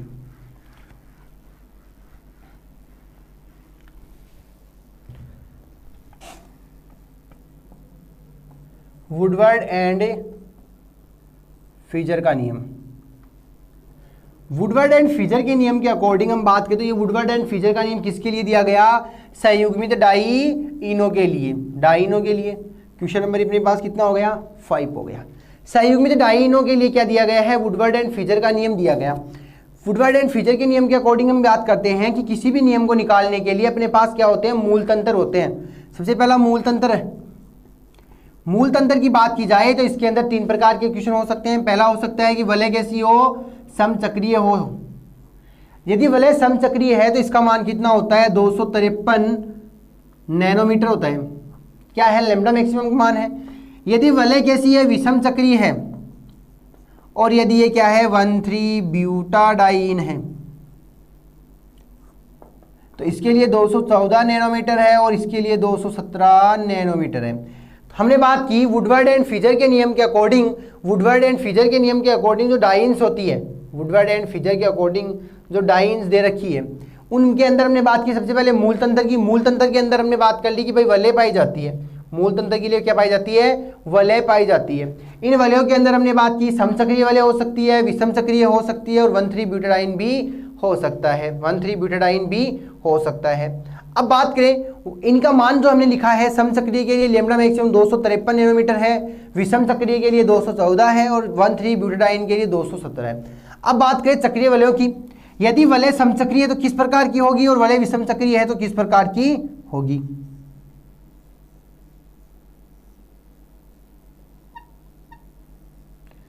ये 2 वलय हमने बनाए। पहला कह रहा है समचक्रीय, कहने का मतलब जो इसके अंदर डाइइन पाई जाएगी, हमने लिखा है डाइइनों के लिए, तो जो डाइइन होगी कहने का मतलब एक ही रिंग में क्या हो, डबल बॉन्ड पाए जाते हो, एक ही रिंग में डबल बॉन्ड हो तब तो क्या कहलाओगे, समचक्रीय। अगर डबल बॉन्ड जो है वो 2 रिंग में पाए जाते हैं, कहने का मतलब यहाँ और यहाँ, तो इसको क्या मानोगे, विषम चक्रीय मानोगे। और 1,3 ब्यूटाडाइन की स्ट्रक्चर कैसी हो गई, CH2 double bond, CH single bond, CH double bond, CH2, ये क्या होगी, 1,3 ब्यूटाडाइन की स्ट्रक्चर हो गई। तो वुडवर्ड और फीजर के नियम के अकॉर्डिंग सबसे पहले तो हमें किसका सिलेक्शन करना है, उस रिंग का सिलेक्शन करना है जो पाई जाती है। यदि समचक्रीय है, विषम चक्रीय या किसी कार्बन की श्रृंखला है, उसका हम चयन हो गया। उसके बाद हम बात करते हैं कि कुछ ये कह दें वलय अवशेष के रूप में जो पाया जाता है, पहला तो ये हो गया। उसके बाद अपना सेकंड है वलय अवशेष। यदि कोई वलय अवशेष पाया जाता है तो एक वलय अवशेष का मान होता है 5 नैनोमीटर, सेकंड है। एक वलय अवशेष के लिए पाया जाता है, तो 5 नैनोमीटर। उसके बाद हम बात करें बाह्य चक्रीय द्विबंध, क्या कह रहा है, बाह्य चक्रीय द्विबंध, कहने का मतलब यदि श्रृंखला के अंदर कोई डबल बॉन्ड भी दे रखा है बाहर की ओर, तो उसका मान भी कितना होता है, 5 नैनोमीटर ही होता है। इसके बाद हम बात करें संयुग्मित या संयुग्मन बढ़ाने वाले द्विबंध का, चौथा क्या हो गया, संयुग्मन बढ़ाने वाला द्विबंध। संयुग्मन बढ़ाने वाला अगर द्विबंध दे रखा है तो उसका मान क्या होता है अपने पास, 30 नैनोमीटर। उसके बाद हम बात करते हैं प्रतिस्थापियों की। यदि इस रिंग में कोई प्रतिस्थापी जुड़े हैं तो उसका मान क्या होता है, तो उसकी बात करते हैं प्रतिस्थापी। सबसे पहले हम बात करें प्रतिस्थापी, यदि एल्किल ग्रुप है, क्या क्या दे रखा है, एल्किल ग्रुप दे रखा है तो 5, क्लोरीन ब्रोमीन दे रखा है तो 5, और अगर हम बात एल्किल ग्रुप के लिए 5, क्लोरीन ब्रोमीन मतलब हेलोजन दे रखा है तब भी 5। इसके अलावा हम बात करें यदि एल्कोक्सी समूह दे रखा है, एल्कोक्सी क्या हो गया, OR, तो इसके लिए कितना होता है, 6। इसके अलावा हम बात करें NH2 NR2 या फिर अगर NR2 दे रखा है, NH2 NR2 दे रखा है तो कितना हो जाएगा, 60। NH2 या NR2 कहने का मतलब यदि कोई समूह दे रखा है NH2 और NR2 जुड़ा है तो उसके लिए कितना मान होगा, 60 होगा। कहने का मतलब अगर बेंजीन रिंग से ये जो समचक्रीय वलय या विषम चक्रीय वलय से अगर ये समूह जुड़ा है तो नैनोमीटर में जो लैम्बडा मैक्सिमम का मान है वो कितना है, 60। इसके अलावा मैं बात करूं यदि SR दे रखा है तो इसका मान क्या होता है, 30। तो ये कुछ क्या है, प्रतिस्थापियों के मान है जो हमने नैनोमीटर में लिखे हैं। किसके मान है, ये लैम्बडा मैक्सिमम के मान है। अब बात की जाए अगर वुडवर्ड फिजर के अकॉर्डिंग हमें कोई रिंग दे रखी है तो उस रिंग में हमें क्या करना है, सबसे पहले समचक्रीय वलय है या विषम चक्रीय वलय है उसके निर्धारण करना है। अगर वलय नहीं है तो हमें क्या देखेंगे, 1,3 ब्यूटाडाइन है। फिर देखेंगे कि इसमें वलय अवशेष कितने हैं, बाह्य अवशेष कितने हैं, या वलय अवशेष हमने बात कर ली, बाह्य चक्रीय द्विबंध कितने हैं वो उसकी बात करेंगे, संयुग्मन बढ़ाने वाला बंध कौन सा है और प्रतिस्थापी कौन कौन से जुड़े हैं उनके बारे में। तो इन सब के मान हमें पता है तो वैल्यू जो रिंग दे रखी होगी उसके अंदर ऐड करके इनकी लैम्बडा मैक्सिमम का मान हम निकाल लेंगे। तो यहाँ तक अपनी बात हो गई। नेक्स्ट क्वेश्चन की हम बात करें तो वो होगा आणविक कंपन। तो ये है IR स्पेक्ट्रोस्कोपी के अंदर बात कर सकते हो।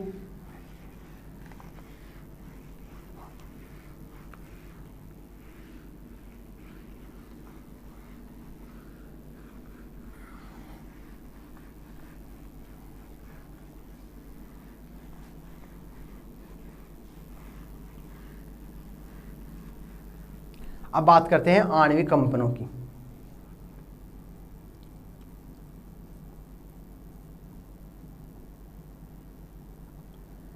आणविक कंपन की बात करें तो सबसे पहले ये आणविक कंपन जो है IR स्पेक्ट्रोस्कोपी में पाए जाते हैं।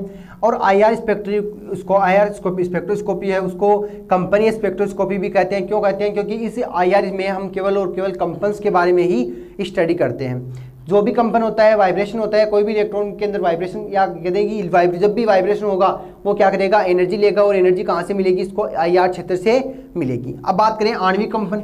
आणविक कंपन के अंदर क्या होते हैं, बॉन्ड्स पाए जाते हैं। दो अणुओं के मध्य क्या है, या अणुओं के मध्य क्या पाए जाते हैं, बॉन्ड पाए जाते हैं। या अणु के मध्य जो परमाणु होते हैं उनके मध्य बॉन्ड पाए जाते हैं। वो बॉन्ड क्या है, कठोर या दृढ़ ना होकर क्या होते हैं, लचीले होते हैं।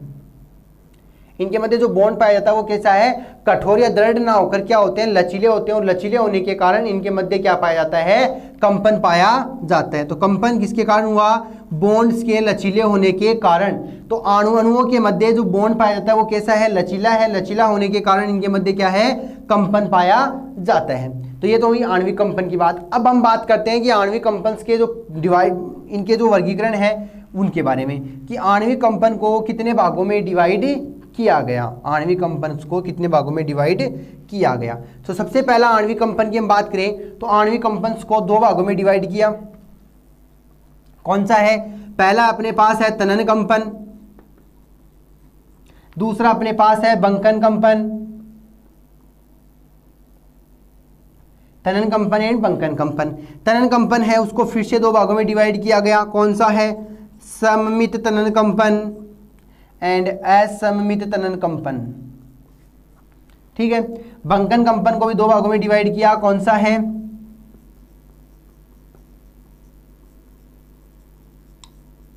एक ही तल में और तल के बाहर। एक ही तल में और तल के बाहर की चर्चा हुई। अब बात की जाए, ये तो अपनी बात हो गई भाई तल के अंदर है तल के बाहर है। इसके बाद हम बात करते हैं जो असम्मित और सम्मित कंपन वो तो यही है, लेकिन एक ही तल में और तल के बाहर इनको फिर से क्या किया गया, दो भागों में डिवाइड किया गया। एक ही तल के अंदर को हम क्या कहते हैं, कैंचीनुमा, दूसरा अपने पास है संदोली, कैंचीनुमा और संदोली। तल के बाहर है जो, इसकी बात की जाए तो तल के बाहर वाले को क्या कहोगे, इसको कहोगे अभिदोलन और इसको क्या कहोगे, व्यावर्त। तो ये अपने पास क्या है, आणविक कंपन्स का क्लासिफिकेशन है। किस प्रकार से डिवाइड किया गया है हमने बोर्ड पे रख लिया। सबसे पहले आणविक कंपन है वो दो भागों में डिवाइड किया गया। कौन सा है, तनन कंपन और बंकन कंपन। बंकन कंपन को क्या कहते हैं, बाइंडिंग वाइब्रेशन या बॉन्डिंग वाइब्रेशन। एक ही तल में क्या कहोगे, इन्हें प्लेन। कैंचीनुमा को क्या कहोगे, सीजरिंग। संदोली को क्या कहोगे, रॉकिंग। अभिदोलन को क्या कहोगे, वेगिंग। और इसको क्या कहोगे, ट्विस्टिंग। और ये क्या है, आउट ऑफ प्लेन। हो गया यहां तक। आगे बात कर लेते हैं हम तनन कंपन की। तनन कंपन को क्या करते हो, यह कहते तनन कंपन जो है उसको क्या कह सकते हो, तनन कंपन है उसको क्या कह सकते हो, उसकी हम बात करें तो अपने पास तनन कंपन जो है उसको कहते हैं, तनन कंपन जो है किसका टाइप है, आणविक कंपन का। और आणविक कंपन की बात करें तो अपने पास अणु के मध्य पाए जाने वाला कंपन ही क्या कहलाता है, आणविक कंपन कहलाता है, आणविक कंपन कहलाता है। तो यहां से हम बात करते हैं स्ट्रेचिंग वाइब्रेशन, एसिमेट्री, और ये क्या कहलाएगी, सिमेट्री। यहां तक अपने आणविक कंपन्स की चर्चा हुई। आणविक कंपन का हमने क्लासिफिकेशन देखा। अब बात की जाए तो इसमें क्या होगी, बंध लंबाई परिवर्तित होती है किसमें, तनन कंपन में। जबकि बंकन कंपन की बात की जाए तो यहां पे क्या परिवर्तित होता है, बंध कोण परिवर्तित होता है। तो नॉर्मली हम क्या कहते हैं, तनन कंपन और बंकन कंपन दो प्रकार से हैं। पहला हमने पास देखा तनन कंपन। तनन कंपन वे कंपन होते हैं, तनन कंपन वे कंपन होते हैं जिसमें बंध की लंबाई जो है परिवर्तित होती है, लेकिन बंध कोण के मान में कोई परिवर्तन नहीं आता। बंध लंबाई में क्या होता है, परिवर्तन होता है, लेकिन बंध कोण में कोई परिवर्तन नहीं आता। इस तनन कंपन के लिए ऊर्जा की आवश्यकता ज्यादा होती है, किससे, बंकन कंपन से। तो बंकन कंपन की ऊर्जा का मान क्या हो गया, कम हो गया। बंकन या कहते बंकन ऊर्जा जो है, बंकन कंपन के लिए एनर्जी की आवश्यकता कम हुई, तनन कंपन के लिए एनर्जी की आवश्यकता ज्यादा हुई। इसके बाद हम बात करते हैं तनन कंपन जो है, स्ट्रेचिंग वाइब्रेशन, उसको दो भागों में डिवाइड किया गया, सम्मित और असम्मित। सम्मित का मतलब वह परमाणु जो सेंटर परमाणु है, सेंटर परमाणु से जुड़ने वाले दोनों बंध जो होते हैं, सेंटर परमाणु से जुड़े दोनों बंध जो है वो क्या करे, एक साथ बढ़े और एक साथ ही घटे। कहने का मतलब यदि कम हो रहा है तो दोनों एक साथ कम होंगे, और अगर बढ़ रहा है तो दोनों एक साथ बढ़ेंगे। इसका मतलब यहाँ बंध लंबाई परिवर्तित होगी, ना कि बॉन्ड एंगल। ये किसका एग्जाम्पल हो गया अपने पास, सम्मित या यह कहते हैं सिमेट्री स्ट्रेचिंग वाइब्रेशन का। दूसरा क्या कह रहा है, असम्मित या असिमेट्री वाइब्रेशन।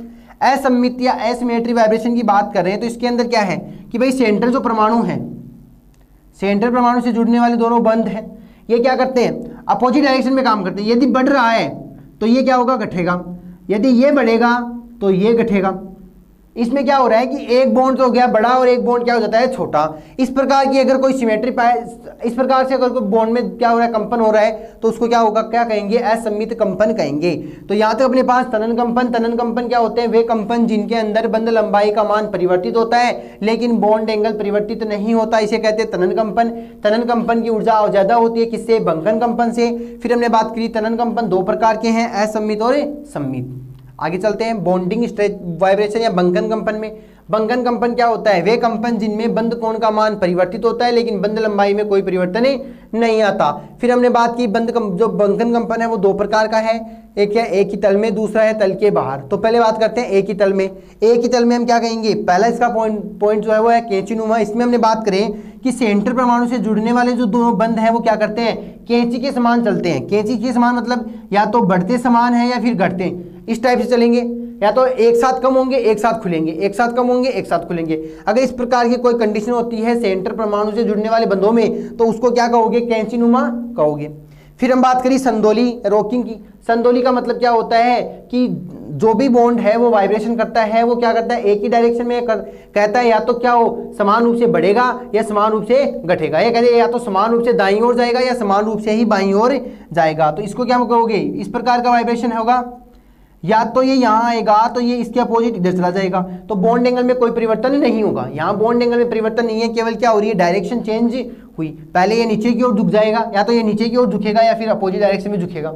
ठीक है, फिर हमने बात की अभिदोलन या वेगिंग। वेगिंग क्या कहता है कि इस प्रकार के कंपन में सेंटर परमाणु से जुड़ने वाले जो बंध हैं वो या तो ऊपर की ओर उछलते हैं या फिर नीचे की ओर जाते हैं, मतलब समान मात्रा में या तो नीचे की ओर जाएंगे या फिर समान मात्रा में क्या होगा, ऊपर की ओर जाएगा। तो इसका एग्जांपल हम ये कह सकते हैं कि मैंने या तो यहाँ पे क्या लिया है, प्लस प्लस लिया, अगर दोनों बढ़ रहे हैं तो भी साथ बढ़ेंगे, घट रहे हैं तो साथ, या तो प्लस प्लस होगा या फिर माइनस माइनस होगा। दूसरा व्यावर्त ट्विस्टिंग के लिए क्या लिखोगे कि सेंटर परमाणु से जुड़ने वाले जो परमाणु हैं, ये कहते हैं अणु से जुड़ने वाले जो परमाणु हैं वो समान मात्रा में वाइब्रेशन ना करके क्या करेंगे, विपरीत तरीके से करेंगे।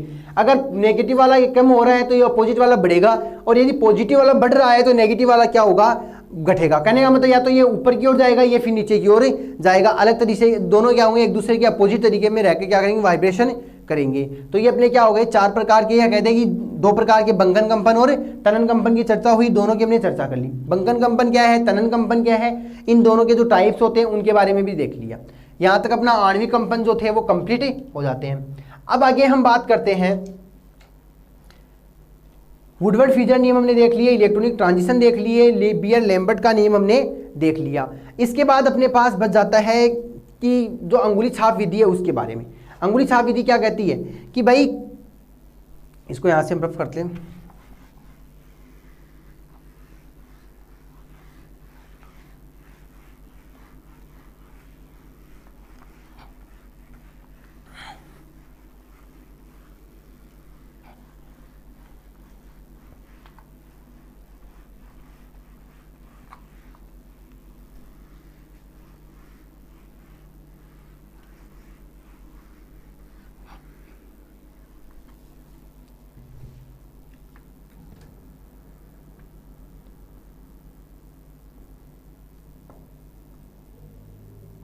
अंगुली छाप मेथड या अंगुली छाप विधि को क्या कह सकते हो कि 1500 से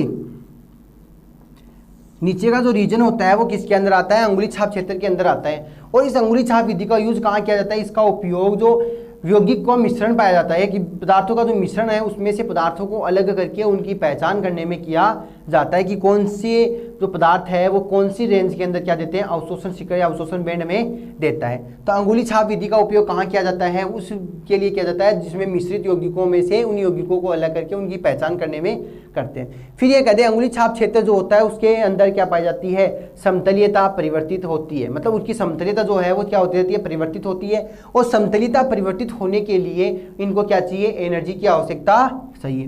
तो समतलीयता क्या हुई, परिवर्तित, समतलीय क्या होती है, परिवर्तन, समतलीयता परिवर्तन होती है, इसके लिए इसको क्या चाहिए, एनर्जी चाहिए। अब ये एनर्जी जो है इसको कहाँ से मिलेगी, इस अंगुली छाप क्षेत्र से मिलेगी, ना कि आईआर क्षेत्र से, ना कि आईआर क्षेत्र से। तो मैं कह रहा हूँ कि तनन कंपन जो होते हैं वो भी अपने अंदर क्या करते हैं, समतलीयता में परिवर्तन करते हैं। तनन कंपन जो है वो भी क्या, जिन यौगिकों में तनन कंपन पाए जाते हैं, जिन यौगिकों में तनन कंपन पाए जाते हैं वो भी क्या करते हैं, समतलीयता परिवर्तित करते हैं। तो वो भी क्या होंगे, इसी अंगुली छाप क्षेत्र में आते हैं, वो भी क्या आएंगे, इसी अंगुली छाप क्षेत्र में आएंगे। तो अंगुली छाप क्षेत्र के अंदर हमने बात कर ली। अब आगे हम बात करते हैं नेक्स्ट क्वेश्चन की। नेक्स्ट क्वेश्चन हम चर्चा करेंगे एल्कोहल चैप्टर से, या ये कहते हैं एल्कोहल के जो चैप्टर हैं उसमें से अपने पास जो इंपॉर्टेंट क्वेश्चन आते हैं उनके बारे में। तो सबसे पहले हम बात करें एल्कोहल होता क्या है। एल्कोहल के अंदर जो क्वेश्चन है वो नामकरण से भी पूछा जा सकता है, कुछ स्ट्रक्चर देके उनको रिएक्शन को कंप्लीट भी करवा सकता है, या फिर रिएक्शन कंप्लीट दे देता है उसका नाम भी पूछ सकता है। तो सेकंड अपने पास किससे है, अल्कोहल से है। सबसे पहले बात की जाए एल्कोहल क्या है, तो एल्कोहल वे समूह होते हैं जिनमें OH समूह पाया जाता है। फिर हमने बात की कि एल्कोहल में OH समूह के आधार पर ये 3 प्रकार के हैं, मोनोहाइड्रिक, डाईहाइड्रिक और ट्राईहाइड्रिक।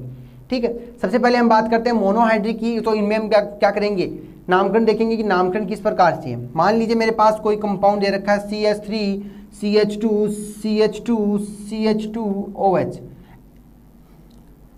Cl ये CH3 H C2H5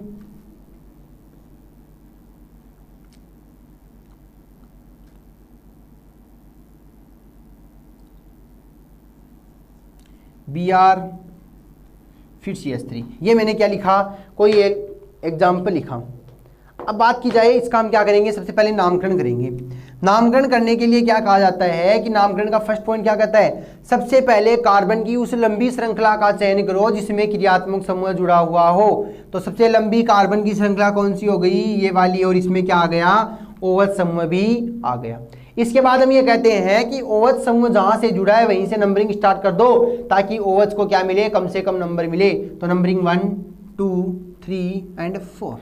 इसके बाद ये देखो कि इस कार्बन की श्रृंखला में कोई प्रतिस्थापी तो नहीं है, तो अपने पास ये प्रतिस्थापी, ये और ये और ये 4 क्या है, प्रतिस्थापी हैं। ये 4 क्या है, प्रतिस्थापी है। अब मैं कहूँ जब अपने पास 4 प्रतिस्थापी जुड़े हैं, 4 प्रतिस्थापी जुड़े हैं, तो इसको हम किस प्रकार लिखेंगे, अंग्रेजी वर्णमाला के अकॉर्डिंग इसका नामकरण करेंगे कि जो पहले आएगा उसका नामकरण पहले, जो बाद में आता है उसको नामकरण बाद में। सबसे पहले अपने पास क्या है, इसको कहते हो एथिल, तो ई से, मेथिल को M से, क्लोरीन को C से, Br को B से, ये अपने पास प्रेजेंट है। और ये तो मेथिल है तो फिर से मेथिल। तो सबसे पहले नामकरण किसका करोगे, ब्रोमीन का। कौन से कार्बन पे जुड़ा है, 3 नंबर पे, 3 ब्रोमो, फिर क्या आएगा, B के बाद क्या आता है E, तो 3 ब्रोमो 2 एथिल, फिर क्या है, 1 पे भी मेथिल है और 3 पे भी मेथिल, तो क्या लिखोगे 1,3 डाई मेथिल, 1,3 डाई मेथिल। अब हम हमारे पास जो कार्बन की लंबी श्रृंखला है वो रह गई कितने कार्बन की, 4 कार्बन की। क्या कह दोगे, ब्यूटेनॉल,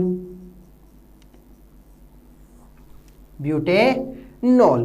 तो ये कौन सी पद्धति का नामकरण हो गया, IUPAC पद्धति का नामकरण हो गया।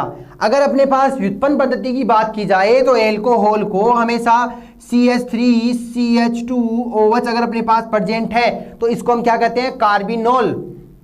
CH2 OH को हमेशा क्या कहते हैं, कार्बिनोल। तो यहां से क्या लिखोगे, मेथिल कार्बिनोल, मेथिल कार्बिनोल, इसका नामकरण क्या हो गया, मेथिल कार्बिनोल हो गया।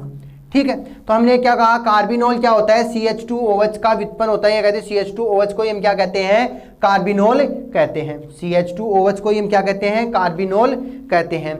अब ये कहें कि CH2 OH में अगर कार्बन, एक कार्बन युक्त समूह है तो इसको, इस कार्बन को हम नंबरिंग में काउंट नहीं करते, इसको किस में काउंट करेंगे, इस कार्बिनोल में। इसके आगे जितने कार्बन जुड़े हुए होंगे उन्हीं कार्बन को हम क्या करते हैं, इसके अंदर ऐड करते हैं। भाई मेथिल तो अपने पास ये रहे, ये भी मेथिल समूह था लेकिन इसको हमने क्या कर लिया, कार्बिनोल में ऐड कर दिया। यहां तक अपनी बात हुई। अब हम बात करते हैं कुछ इंपॉर्टेंट रिएक्शंस हैं उनके बारे में देख लेते हैं। कौन कौन सी रिएक्शन है एग्जाम में पूछी जा सकती है।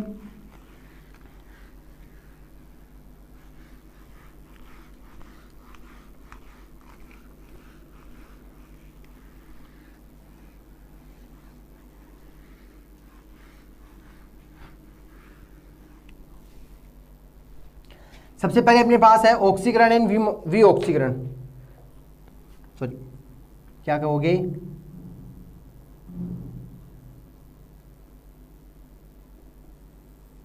ऑक्सीमर्क्यूरीकरण एंड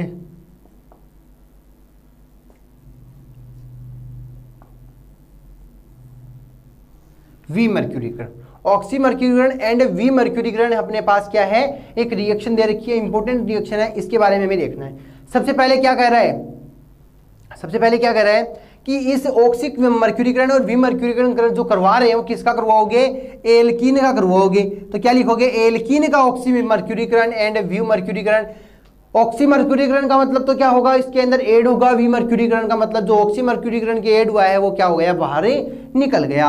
सबसे पहले इसकी रिएक्शन जो है किसकी उपस्थिति में होगी, टेट्रा हाइड्रोफ्यूरेन THF की उपस्थिति में होगी, टेट्रा हाइड्रोफ्यूरेन की उपस्थिति में होगी।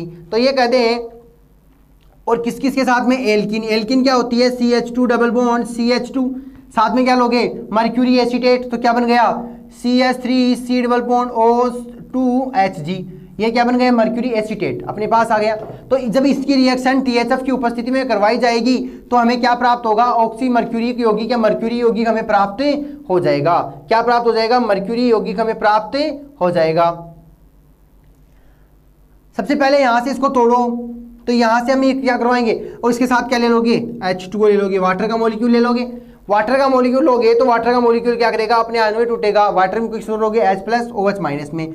इसकी स्ट्रक्चर को इस प्रकार लिख सकते हो, CH3 C double bond O, CH3 C double bond O, और साथ में क्या जाएगा यहाँ Hg।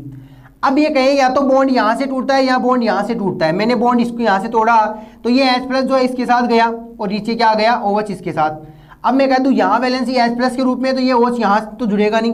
फिर हम क्या करेंगे भाई, ये इसको मॉलिक्यूल को निकाल दो, यहाँ से क्या निकल गया, CH3COOH एसिड निकल गया। Hg+ बचा है। डबल बॉन्ड को तोड़ोगे तो एक के ऊपर पॉजिटिव चार्ज, एक के ऊपर नेगेटिव चार्ज, जहां नेगेटिव है वहां पॉजिटिव जुड़ जाएगा और जहां पॉजिटिव वहां नेगेटिव आ जाएगा। तो इसका OH नेगेटिव है, इसका मतलब यहाँ क्या है, पॉजिटिव है, और इसके पास नेगेटिव है। क्या तोड़ोगे इधर, CH2 सिंगल बॉन्ड CH2। मैंने यहां से बात की, मेरे पास यहाँ क्या आ गया, OH आ गया, और इधर क्या जुड़ा, Hg। कहां से बॉन्ड बनाएगा, HgO C double bond O CH3। क्या कहोगे, मर्क्यूरी यौगिक। क्या प्राप्त हुआ अपने पास, मर्क्यूरी यौगिक। किससे प्राप्त हुआ है, ऑक्सी मर्क्यूरीकरण से। इस रिएक्शन को क्या कहा हमने, ऑक्सी मर्क्यूरीकरण। किसकी उपस्थिति में हो रहा है, टेट्रा हाइड्रोफ्यूरेन THF की उपस्थिति में हो रहा है। THF की उपस्थिति में जब हमने रिएक्शन करवाई अपनी एल्कीन से तो अपने पास क्या आया, मर्क्यूरी यौगिक प्राप्त हुआ। जैसे ही मैं कह दूं इसका क्या करवा दूं, वी मर्क्यूरीकरण करवा दूं, वी मर्क्यूरीकरण करवा दूं। और वी मर्क्यूरीकरण किसकी उपस्थिति में होगा, सोडियम बोरोहाइड्राइड की उपस्थिति में होगा, सोडियम बोरोहाइड्राइड की उपस्थिति में होगा। तो सबसे पहले मैं यहां से कह दूं, सोडियम बोरोहाइड्राइड की उपस्थिति में जब वी मर्क्यूरीकरण करवाया जाएगा तो अपने पास क्या क्या प्राप्त हो जाएगा। तो मैं यहां लिख देता हूं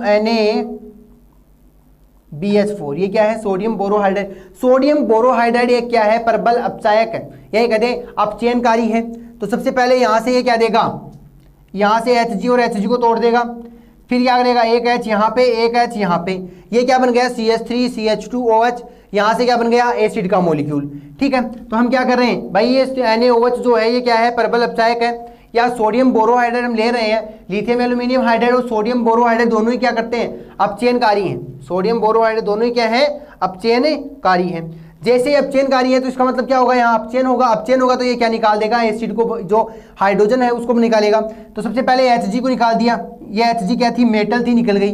फिर वहां से क्या बचा अपने पास, CH3 C double bond OH, ये क्या निकल गया, अम्ल निकल गया। अब बचा क्या अपने पास, CH3 CH2OH। क्या कहोगे इसको, एथेनॉल कहोगे। ये अपने पास क्या आ गया, एथेनॉल प्राप्त हो गया। तो ये कहते हैं एथेनॉल हमें मिला भाई, यहां से CH3 था, CH2 और OH क्या बन गया, एथेनॉल बन गया। कहने का मतलब एक प्रकार का एल्कोहल हमारे पास आ गया। तो हमने क्या देखा, एल्कीन के ऑक्सीकरण और ऑक्सी मर्क्यूरीकरण और वी मर्क्यूरीकरण की रिएक्शन देखी। इसके अंदर हमने क्या लिखा कि एल्कीन की अभिक्रिया मर्क्यूरी एसीटेट जो है उसके साथ करवाई गई, किसकी उपस्थिति में, THF की उपस्थिति में करवाई गई। जैसे ही THF जो है, THF को क्या कहोगे, टेट्रा हाइड्रोफ्यूरेन की उपस्थिति में होगी तो अपने पास ऑक्सी मर्क्यूरीकरण होगी और मर्क्यूरी यौगिक प्राप्त हो जाएगा। जैसे ही मर्क्यूरी यौगिक प्राप्त होगा उसका हम क्या करवा देंगे, सोडियम बोरोहाइड्राइड की उपस्थिति में अपचयन करवा देंगे, क्योंकि सोडियम बोरोहाइड्राइड जो है एक अपचय कारक है, अपचयन करता है। सोडियम बोरोहाइड्राइड की उपस्थिति में हुई तो अपने पास क्या बन गया, Hg बाहर निकल गई, एक अपने क्या पास क्या है, एसिड का मॉलिक्यूल बाहर निकल गया और एल्कोहल बन गया। अब बात करें अपना काम क्या है, अपना काम तो यही है कि भाई इस पे ध्यान नहीं देना, अपना काम है कि हमारे पास एल्कोहल बनना चाहिए, अपना काम क्या है, एल्कोहल बनना चाहिए। तो हो रिएक्शन एल्कीन के ऑक्सी मर्क्यूरिक एंड वी मर्क्यूरिक की रिएक्शन कंप्लीट हो जाती है। उसके बाद हम बात करते हैं हाइड्रोजन बॉन्ड के बारे में कि एल्कोहल में हाइड्रोजन बॉन्ड के बारे में आप क्या जानते हैं। इस प्रकार का क्वेश्चन भी आ सकता है।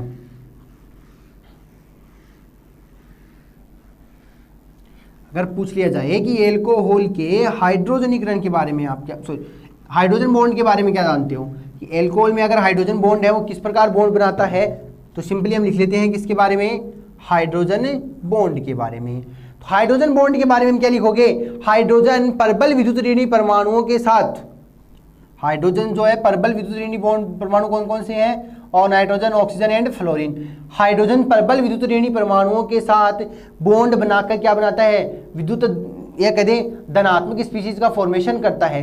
ये धनात्मक स्पीशीज किसी अदर परबल विद्युत ऋणी परमाणु के साथ यदि बॉन्ड बनाने की कैपेसिटी रखता है तो वो नया बॉन्ड या नया बनने वाला जो बॉन्ड है वही क्या है, हाइड्रोजन बॉन्ड है। नया बनने वाला बॉन्ड क्या है, हाइड्रोजन बॉन्ड। तो यहाँ से मैं कह दूं ये एफ है, इसको क्या मानते हो, डेल पॉजिटिव में और ये डेल नेगेटिव में। जैसे इसने परबल विद्युत ऋणी परमाणु के साथ बॉन्ड बनाया पॉजिटिव चार्ज, कहने का मतलब धनात्मक स्पीशीज में कन्वर्ट हो गया।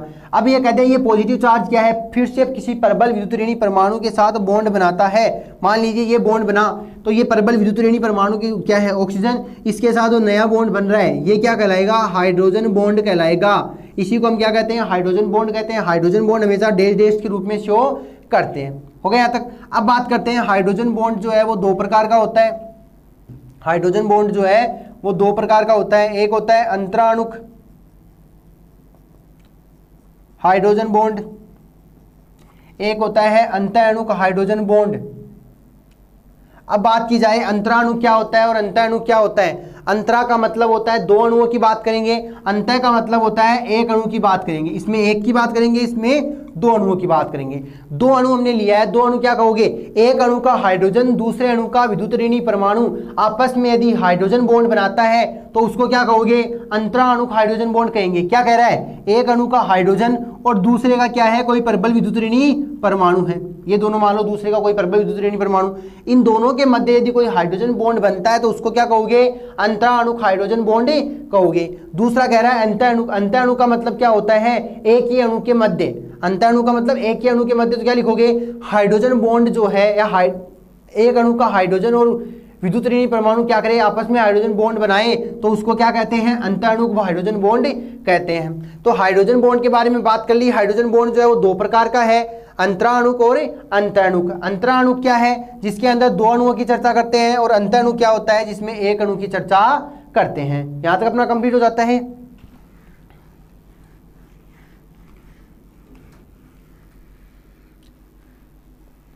नेक्स्ट हम बात करते हैं कि जो कार्बोनिल यौगिक होते हैं, कार्बोनिल यौगिक जो होते हैं, यही कह दें जैसे कि हम बात करें एल्डिहाइड है, कीटोन है, या फिर ये कह दें जिनमें CO समूह उपस्थित होता है। तो कार्बोनिल यौगिकों के अपने पास कोई रिएक्शन दे रखी है तो उसको हम क्या किस प्रकार लिखेंगे, तो मैं लिख दूं कार्बोनिल यौगिकों के अपचयन से। कार्बोनिल यौगिकों के अपचयन से जब रिएक्शन होगी, या ये कह दें कार्बोनिल यौगिकों के अपचयन से रिएक्शन होगी तो हमें क्या प्राप्त होगा, तो वो भी हम देख लेते हैं। इंपॉर्टेंट क्वेश्चन है, कई बार पूछ लिया जाता है। अपचयन से किसका अपचयन करवा रहे हो, कार्बोनिल यौगिकों का। मान लीजिए मेरे पास दे रखा है CH3 डबल बॉन्ड H, ये क्या है, एल्डिहाइड, और दूसरा क्या है CH3 double bond O CH3। अपचयन किसकी उपस्थिति में हो सकता है, सोडियम, निकिल, प्लेटिनम, पैलेडियम हो सकता है, लिथियम एल्यूमिनियम हाइड्राइड हो सकता है, सोडियम बोरोहाइड्राइड हो सकता है, सोडियम अमलगम हो सकता है। मतलब बहुत से ऐसे कारक है जो क्या करते हैं, अपचयनकारी है। इनकी उपस्थिति में मान लो अपचयन हुआ, 2H मैंने लिए, तो मैंने यहाँ पे क्या किया, सबसे पहले मैं कह दूं कि मैंने एक हाइड्रोजन यहाँ ऐड किया, एक हाइड्रोजन यहाँ ऐड किया, क्या बन गया CH2OH। क्या बनाता है, CH3CH2OH। हमने क्या कहा है, अपचयन होगा, एल्डिहाइड का अपचयन हुआ, एल्डिहाइड का अपचयन होगा तो अपने पास क्या बनेगा, प्राथमिक एल्कोहल का फॉर्मेशन होगा। अब कह रहा है कीटोन, और कीटोन का भी क्या करवा दो, वही अपचयन, तो यहाँ भी एक H और यहाँ भी एक, इस बार क्या होगा 2 डिग्री एल्कोहल। कौन सा है, CH3 नीचे क्या आ गया OH, क्या कहोगे 2 डिग्री एल्कोहल। ये क्या है 1 डिग्री एल्कोहल। ठीक है, इसके बाद हम बात करते हैं कि हैलोजन या हेलोफॉर्म अभिक्रिया। इसके बाद हम बात करते हैं नेक्स्ट अभिक्रिया की, हेलोफॉर्म अभिक्रिया।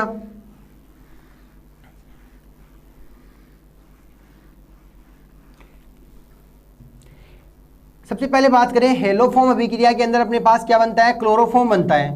हेलोफॉर्म अभिक्रिया, हेलोफॉर्म अभिक्रिया इंपॉर्टेंट है। हेलोफॉर्म अभिक्रिया में हम क्या कहेंगे, ऐसे एल्कोहल या ऐसे समूह जिनमें ये समूह पाया जाता हो, इस प्रकार का कंपाउंड पाया जाता है। तो इस प्रकार के कंपाउंड कहां पाए जाएंगे, इसमें पाए जाएंगे। किसमें पाया जाता है, ये 2 डिग्री एल्कोहल में पाया जाता है। हम ये कह रहे हैं हमें बनाना क्या है, 2 डिग्री एल्कोहल का फॉर्मेशन हम कर रहे हैं और हमें बनाना क्या है, तो हम ये कहेंगे हमें एल्कोहल बनाना है, या ये कह दें हेलोफॉर्म अभिक्रिया, सॉरी क्लोरोफॉर्म हमें बनाना है। क्या कहोगे, क्लोरोफॉर्म हमें बनाना है। तो क्लोरोफॉर्म बनाने के लिए हमें क्या करना है, इस प्रकार का कोई कंपाउंड होना चाहिए या इस प्रकार का एल्कोहल हमारे पास होना चाहिए।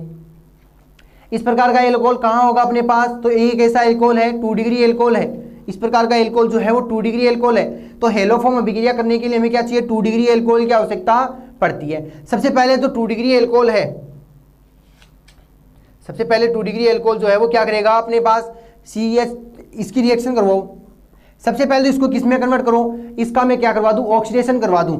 ऑक्सीडेशन करवाओगे तो ये किस में कन्वर्ट हो जाएगा, कीटोन में। तो क्या बना, CH3 C double bond O CH3। मैंने क्या करवा दिया, इसका ऑक्सीडेशन। ऑक्सीडेशन करवाओगे तो एक H और H, क्या निकला, H2O, और ये क्या बन गया, कीटोन। अब बात की जाए इस कीटोन की अभिक्रिया किससे करवा दूं, 3Cl2 के साथ करवा दूं। तो इस बार यहां से क्या निकल जाएगा, 3 मोल तो HCl के निकल गए और अपने पास क्या आया, CH3 C double bond O CCl3, और यहां से अपने पास कितने क्लोरीन हो गए, CCl3।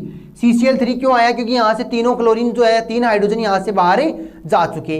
अब बात की जाए अपने पास लास्ट में ये कह दे अपने पास क्या बच जाता है, तो कीटोनिक अभिक्रिया के अंदर ये कह दें हमने क्या किया, कीटोन का क्या करवा दिया, क्लोरीनीकरण करवाया। कीटोन का मतलब क्लोरीन से रिएक्शन करवाई, कीटोन की क्लोरीन से रिएक्शन करवा दी। जैसे ही कीटोन जो है वो क्लोरीन से रिएक्शन करेगा, कीटोन जो है वो क्लोरीन से रिएक्शन करता है,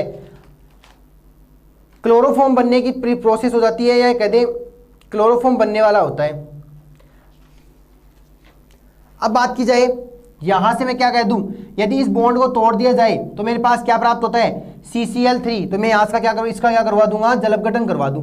जलपघटन करवाते हैं मेरे पास क्या निकला, H plus OH minus. H plus कहां जुड़ेगा, CHCl3 के साथ में, और यहां क्या जुड़ जाएगा, CH3 C double bond O OH। तो ये तो अपने पास क्या बन गया, क्लोरोफॉर्म,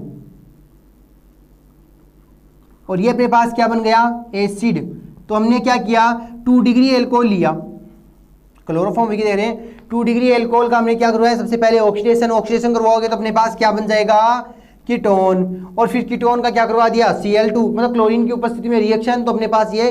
उसके बाद हमने क्या करवाया, जलपघटन से अपने पास क्या बन गया, क्लोरोफॉर्म, और क्लोरोफॉर्म के बाद क्या बन गया, एसिड। तो अपना मेन काम क्या था, हेलोफॉर्म बनाना है। हेलोफॉर्म के रूप में हमें क्या बना, क्लोरोफॉर्म प्राप्त हो गया। हेलोफॉर्म के रूप में हमें क्या प्राप्त हुआ, क्लोरोफॉर्म प्राप्त हो गया। अब बात करते हैं विक्टर मेयर जो अभिकर्मक होते हैं, विक्टर मेयर अभिकर्मक की उपस्थिति में क्या करवा दिया जाए, अगर 1 डिग्री 2 डिग्री और 3 डिग्री में विभेदन हो, विक्टर मेयर अभिकर्मक की उपस्थिति में 1 डिग्री 2 डिग्री एंड 3 डिग्री की में क्या हो, विभेदन हो, तो उसकी बात करते हैं।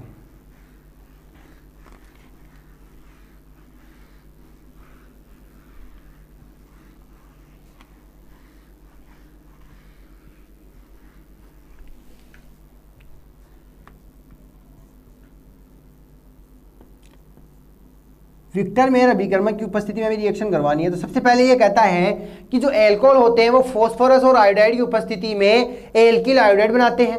फॉस्फोरस और आयोडाइड की उपस्थिति में क्या बनाते हैं, एल्किल आयोडाइड बनाते हैं। उसकी जो एल्किल आयोडाइड है उसकी रिएक्शन AgNO2 या सॉरी सिल्वर नाइट्रेट के साथ करवाते हैं, तो AgI तो बाहर निकल जाता है और एल्किल नाइट्रेट हमें प्राप्त हो जाता है, एल्किल नाइट्रेट हमें प्राप्त होता है। अब बात करें जो एल्किल नाइट्रेट है जो बन गया, इसकी हमें क्या करवाएंगे, NHNO3 के साथ करवाओगे तो अलग अलग जो कंपाउंड है, अलग अलग एल्कोहल जो है वो अलग अलग रिएक्शन देते हैं। तो सबसे पहले हम बात करें, हमें 1 डिग्री 2 डिग्री और 3 डिग्री तीनों का विभेदन करना है। तो 1 डिग्री 2 डिग्री और 3 डिग्री हम बात कर रहे हैं। मेरे पास क्या है, RCH2OH, यहाँ क्या लोगे, RR CHOH और यहाँ क्या हो जाएगा R और R COH। सबसे पहले ये कह रहा है हमने लिया 1 डिग्री 2 डिग्री और 3 डिग्री, इसकी रिएक्शन किसके साथ करवाओ, phosphorus plus I2 and phosphorus plus I2। ये कह रहा है यहाँ से क्या निकल जाएगा, जो OH है वो बाहर निकल जाएगा और क्या प्राप्त हो जाएगा, एल्किल आयोडाइड हमें प्राप्त हो जाएगा। तो RCH2I बनेगा, यहाँ पे भी RCHI बना, यहाँ पर भी क्या हो जाएगा R और C के साथ I बना। आगे रिएक्शन, इसकी रिएक्शन किसके साथ करवा दो, AgNO2 के साथ, AgNO2 के साथ। जैसे ही AgNO2 के साथ रिएक्शन होगी क्या निकल जाएगा, AgI और क्या बनेगा RCH2NO2। यहाँ क्या निकल जाएगा RCHNO2। AgI के साथ AgNO2 के साथ रिएक्शन करवाई और AgI का मॉलिक्यूल बाहर निकल गया। नेक्स्ट अपने पास रिएक्शन क्या बन गई, AgNO2 के साथ करवाई और AgI का मॉलिक्यूल बाहर, RCNO2। यहां तक हम ये कह दें तीनों रिएक्शन अपने पास क्या थी, सेम थी, तीनों रिएक्शन क्या थी, सेम थी। अब इसकी रिएक्शन किसके साथ करवाओगे, HNO2 के साथ, HNO2 के साथ। HNO2 के साथ जब रिएक्शन होगी तो अपने पास क्या बनता है उसकी हमें चर्चा करनी है। तो सबसे पहले मैं इसकी रिएक्शन किसके साथ करवाऊं, HNO2, इसकी रिएक्शन HNO2 और इसकी रिएक्शन भी HNO2। तो सबसे पहले तो बात करें 3 डिग्री एल्कोहल जो होता है वो HNO2 के साथ कोई रिएक्शन नहीं देता, तो यहां क्या लिखोगे, नो रिएक्शन, और इसका कलर कैसा हो जाएगा, व्हाइट। कलर कैसा हो गया, व्हाइट। फिर हम बात करते हैं 1 डिग्री और 2 डिग्री। तो यहां तक अपना विक्टर में परीक्षण है उसने क्या किया, 3 डिग्री एल्कोहल के बारे में हमने बता दिया। अब बात करें HNO2 की जब रिएक्शन करवाई जाएगी तो अपने पास सबसे पहले क्या निकालोगे, सबसे पहले यहां से बात करें तो यहां अपने पास क्या है, HHO, तो ये तो क्या देगा H2O, क्या बना R, फिर क्या है C, आगे क्या है NO2, नीचे क्या बचा है अपने पास, डबल बॉन्ड NH। अब ये कहते हैं जैसे अपने पास R डबल बॉन्ड के साथ जुड़ जाता है, या सॉरी यहाँ ये H जा चुका है, यहां से एक ऑक्सीजन बचेगा अपने पास, तो ये क्या बचेगा, N डबल बॉन्ड O बनाएगा, क्योंकि अपने पास यहां से मैं कह दूं H यहां से, एक H यहां से और एक ऑक्सीजन निकला, तो यहाँ NO बचा, तो अपने पास ये बन गया। इसका कलर जो है वो कैसा है, नीला रंग है, और ये कहते हैं इसको क्या कहोगे, नाइट्रोल कहते हैं। तो ये क्या है, नीला रंग है, क्या कहते हो, नाइट्रोल कहते हो। थर्ड हम बात करें HNO2 के साथ जब रिएक्शन होगी, कौन सी, 1 डिग्री एल्कोहल की, HNO2 के साथ रिएक्शन होगी तो अपने पास क्या बन जाएगा, तो यहां से ये क्या देगा, H2O देगा। जैसे ही H2 देता है मैं इसकी रिएक्शन यहां लिखता हूं तो क्या बनेगा, RCNO2, और H2O देते हैं अपने पास क्या बच गया, HNO, तो N डबल बॉन्ड OH अपने पास जुड़ जाएगा। तो मैं यहां से क्या करूंगा, डबल बॉन्ड N, फिर क्या आ गया OH यहाँ जुड़ा। अब इसकी हम बात करें RNO जुड़ गया, तो इसकी रिएक्शन किसके साथ करवा दो, NaOH के साथ ही करवा दो। अब इसकी रिएक्शन किसके साथ करवाओगे, NaOH के साथ करवाओगे, तो ये NaOH क्या करेगा, H2O दे देगा। H2O देते हैं अपने पास क्या बचा, RC double bond NO Na+, ये नेगेटिव के रूप में। तो ये नेगेटिव निकालने के लिए हमें क्या चाहिए, यहाँ से इसका नेगेटिव निकालने के लिए मुझे क्या चाहिए, ये H2 बाहर निकालना पड़ेगा, तो ये नेगेटिव में आ जाएगा, और आगे क्या है NO2, RC double bond NO और यहाँ क्या आ गया NO2। इसको क्या कहोगे, सोडियम नाइट्रोलेट, सोडियम जुड़ा है तो सोडियम नाइट्रोलेट। सोडियम नाइट्रोलेट का जो रंग है वो कैसा है, लाल रंग है।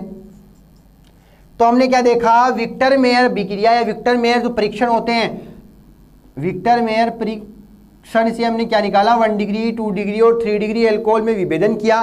तीनों के अंदर हमने बात की, सबसे पहले रिएक्शन करवाई P+I2 मतलब फॉस्फोरस और IT की। तीनों रिएक्शन अपने पास AgNO2 के तक तो क्या रहेगी, समान रहेगी। उसके बाद हम बात करेंगे कि HNO2 के साथ रिएक्शन करवाओगे नाइट्रस एसिड के साथ, तो 3 डिग्री तो नाइट्रस एसिड के साथ रिएक्शन देगा ही नहीं। 2 डिग्री जो है वो नाइट्रस एसिड के साथ रिएक्शन देते क्या बनाता है, नाइट्रोल बनाता है, वो क्या करेगा, कार्बनिक यौगिकों के साथ नीला रंग देगा।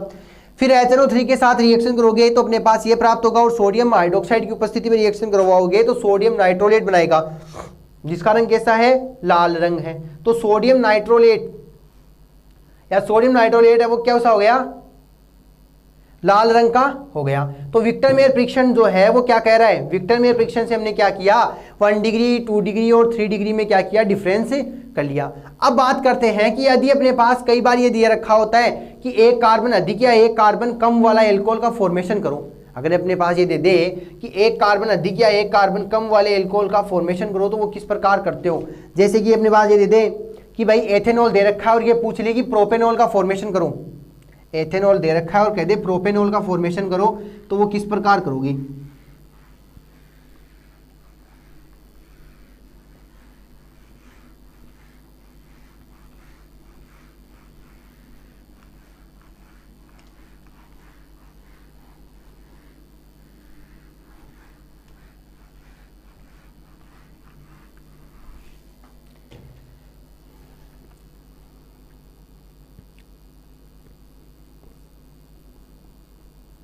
एथेनॉल से प्रोपेनॉल, एथेनॉल से प्रोपेनॉल का मतलब क्या है कि हमने क्या किया, एक कार्बन को बढ़ा दिया, एक कार्बन अधिक वाला, क्या कह रहा है, एक कार्बन अधिक वाला एल्कोहल हमें प्राप्त करना है। एक कार्बन अधिक वाला एल्कोहल हमें प्राप्त करना है तो हमने क्या लिया है, एथेनॉल लिया, तो CH3CH2OH हमने लिया। इसकी रिएक्शन किसके साथ करवाओ, फॉस्फोरस प्लस I2 के साथ रिएक्शन करवाओगे तो हमें क्या प्राप्त हो जाएगा, एल्किल आयोडाइड, कहने का मतलब CH3CH2I प्राप्त हुआ। इसकी रिएक्शन किसके साथ करवा दूं, पोटेशियम साइनाइड के साथ करवा दूं। KCN के साथ जब रिएक्शन होगी तो Ki बाहर और एल्किल साइनाइड प्राप्त, CH3CH2CN। अब ये कहें कि अपने पास क्या है, साइनाइड आ चुका, साइनाइड का ऑक्सीडेशन करवाओगे तब तो अपने पास एसिड प्राप्त हो जाएगा, साइनाइड का ऑक्सीडेशन करवाओगे तो अपने पास क्या हो जाएगा, एसिड प्राप्त हो जाएगा। लेकिन हमें करना क्या है, यहाँ पे हमें करना क्या है, इसका हम क्या करवाएंगे, अपचयन करवाएंगे, इसका हम क्या करवाएंगे, अपचयन करवाएंगे। अब जब इसका अपचयन होगा, अपचयन करवाओगे किसकी उपस्थिति में, निकल की उपस्थिति में, कितने हाइड्रोजन लिए, 4, 2 हाइड्रोजन इसके पास, 2 हाइड्रोजन इसके पास, 2 हाइड्रोजन ही, क्या बन गया, CH3CH2CH2, यहां क्या आ गया, NH2।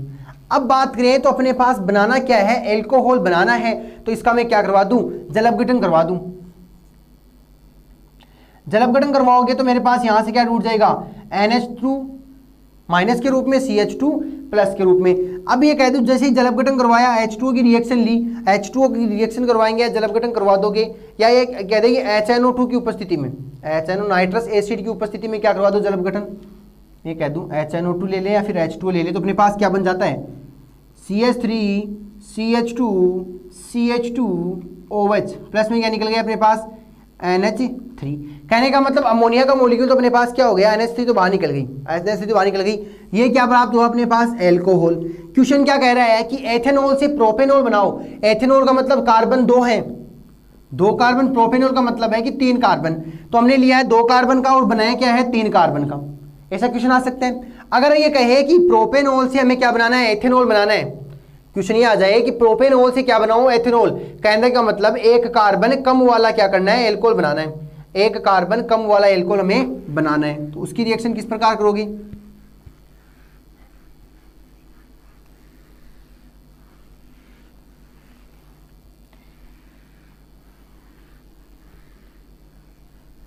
एक कार्बन कम वाला एल्कोहल बनाना है, इसका मतलब अपने पास है प्रोपेनॉल, और इस प्रोपेनॉल से हमें क्या बनाना है, एथेनॉल बनाना है।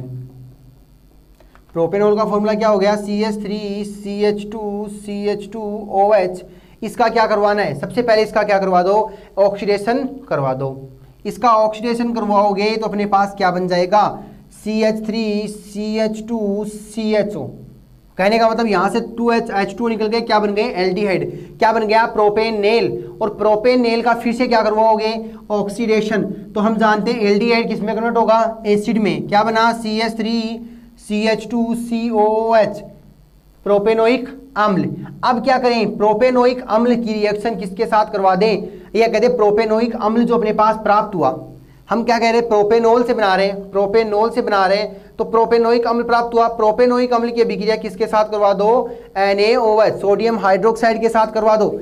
जैसे ही सोडियम हाइड्रोक्साइड के साथ रिएक्शन होगी क्या देगा, ये OH और H, H2O क्या बन गया, CH3CH2 C double bond ONA क्या बन गया, सोडियम प्रोपोक्साइड, सोडियम प्रोपेनॉक्साइड। अब बात की जाए, अब अपने पास क्या है, सोडियम है, इसका मैं क्या करवाऊं, जल अपघटन करवाऊं और इसको क्या कर दूं, हीट दे दूं। जैसे ही गर्म करूंगा ये तो क्या बन गया अपने पास CO2, साथ में क्या होगा, ये H+ देगा और Na, या ये कह दे भाई यहां ये H2O मॉलिक्यूल जो है या H2 अपने पास है, यहां से क्या निकलेगा, OH और H निकलेगा, OH और H निकलेगा। यहां से इसको गर्म करते ये तो निकल गई CO2 के रूप में, यहां पे अपने पास क्या आ गया, Na आ गया। तो मैं कह दूं मेरे पास क्या है, NaOH बाहर निकल गया और हाइड्रोजन जो है वो CH3 के पास चला गया, हाइड्रोजन जो है वो CH3 के पास से चला गया। तो यहां से अपने पास क्या बना, मैं कह दूं NaOH बाहर निकला और H इसके साथ आया, क्या बचा, CH3 बचा, एल्केन बनी। यहां से क्या करोगे, HI की, या ये कह दें इसकी रिएक्शन, इसका क्या करवा दो, या इसकी जो CH3 है यहां से सबसे पहले क्या निकालो, एक हाइड्रोजन निकालो और एक यहां पे क्या जोड़ दोगे, मैं कह दूं Cl2 के साथ रिएक्शन करवाई तो हमें क्या प्राप्त हुआ, CH3CH2Cl आया और एक क्या निकल गई, HCl यहां निकल गई।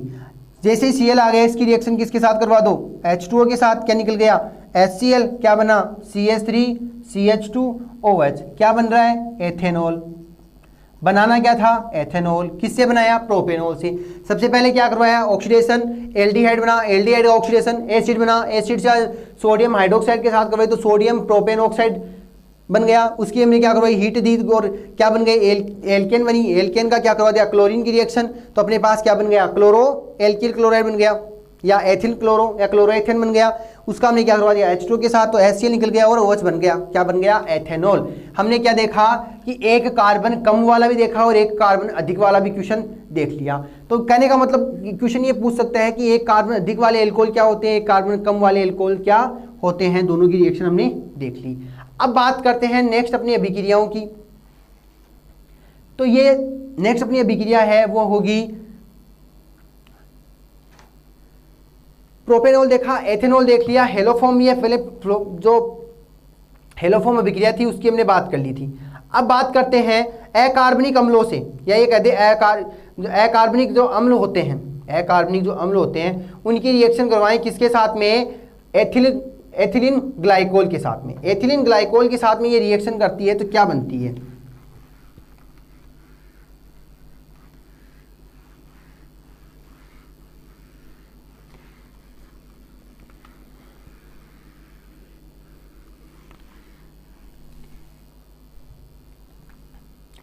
ये अपने पास है CH2OH, इसकी रिएक्शन किसके साथ, HNO2 के साथ। ये क्या है, अकार्बनिक एसिड है, अकार्बनिक अम्लों की रिएक्शन हमें करवानी है।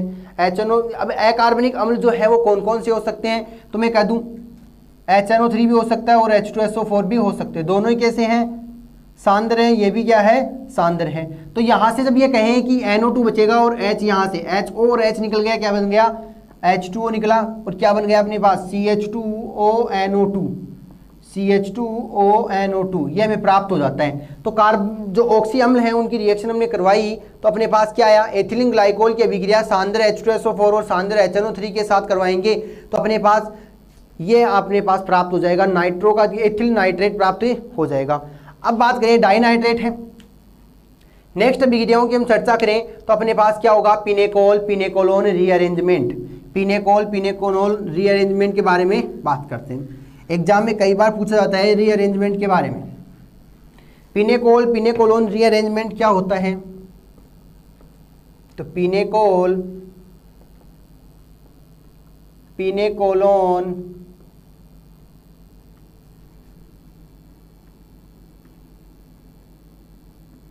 पुनर्विन्यास, पिनेकोल पिनेकोलोन पुनर्विन्यास की हम चर्चा कर रहे हैं। पिनेकोल पिनेकोलोन पुनर्विन्यास की बात करें तो सबसे पहले अपने पास क्या होता है कि CH3C और इसके साथ में क्या है, OH और OH समूह जुड़ा होता है। ये पिनेकोल जो है वो क्या करेगा, पुनर्विन्यास करेगा, तो इसको हम क्या कहते हैं, पिनेकोल। और यहाँ से पिनेकोलोन किस प्रकार बनेगा अपने पास, तो CH3C, यहाँ भी क्या है CH3 और यहाँ भी क्या है CH3, इसके साथ ऑक्सीजन और यहाँ क्या आ गया CH3। ठीक है, नॉर्मली इस रिएक्शन को देखा जाए तो अपने पास क्या है कि भाई यहाँ से हमने क्या निकाला, H2 निकाल दिया और ये इस CH3 समूह को क्या करवाया, अरेंजमेंट करवा के अपने पास ये कंपाउंड प्राप्त कर लिया। क्या बोलते हैं इसको, पिनेकोलोन बोलते हैं। अब बात करेंगे, ये तो अपने पास बन गया, इसकी करते हैं रियर मैकेनिज्म या क्रिया विधि के बारे में, कि भाई क्रिया विधि क्या होती है, क्रिया विधि के बारे में चर्चा करते हैं। मैकेनिज्म की बात करें, क्रिया विधि की बात की जाए, क्रिया विधि क्या कहती है, सबसे पहले अपने पास क्या है CH3CCCH3, यहाँ भी एक CH3 है, यहाँ भी एक CH3 है, यहाँ OH है, यहाँ OH है। सबसे पहले क्या करवाओ, प्रोटोनीकरण करवाओ, प्रोटोनीकरण करवा के जल को बाहर निकालो। सबसे पहले प्रोटोनीकरण होगा तो क्या निकलेगा, यहाँ से ये प्रोटोन कहाँ अटैक करेगा, तो इस OH पे या इस OH पे, मैंने अटैक करवाया इस OH पे, तो यहाँ से CH3C, ऊपर भी क्या आ गया CH3, यहाँ भी क्या है CH3 और यहाँ क्या है अपने पास CH3, यहाँ और यहाँ क्या आ गया, यहाँ जैसे ही मैंने यहाँ से H2 निकाला, क्या निकला, पीछे क्या छोड़ गया, पॉजिटिव चार्ज, और यहाँ क्या आ गया OH, यहाँ से क्या आया OH। अब बात की जाए, मेरे पास क्या है, पॉजिटिव चार्ज है, मेरे पास क्या है, पॉजिटिव चार्ज है। पॉजिटिव चार्ज होने से, यह कहते हैं पॉजिटिव चार्ज है, तो ये पॉजिटिव चार्ज क्या करेगा, पास वाले कार्बन से बॉन्ड बनाने की कोशिश करेगा।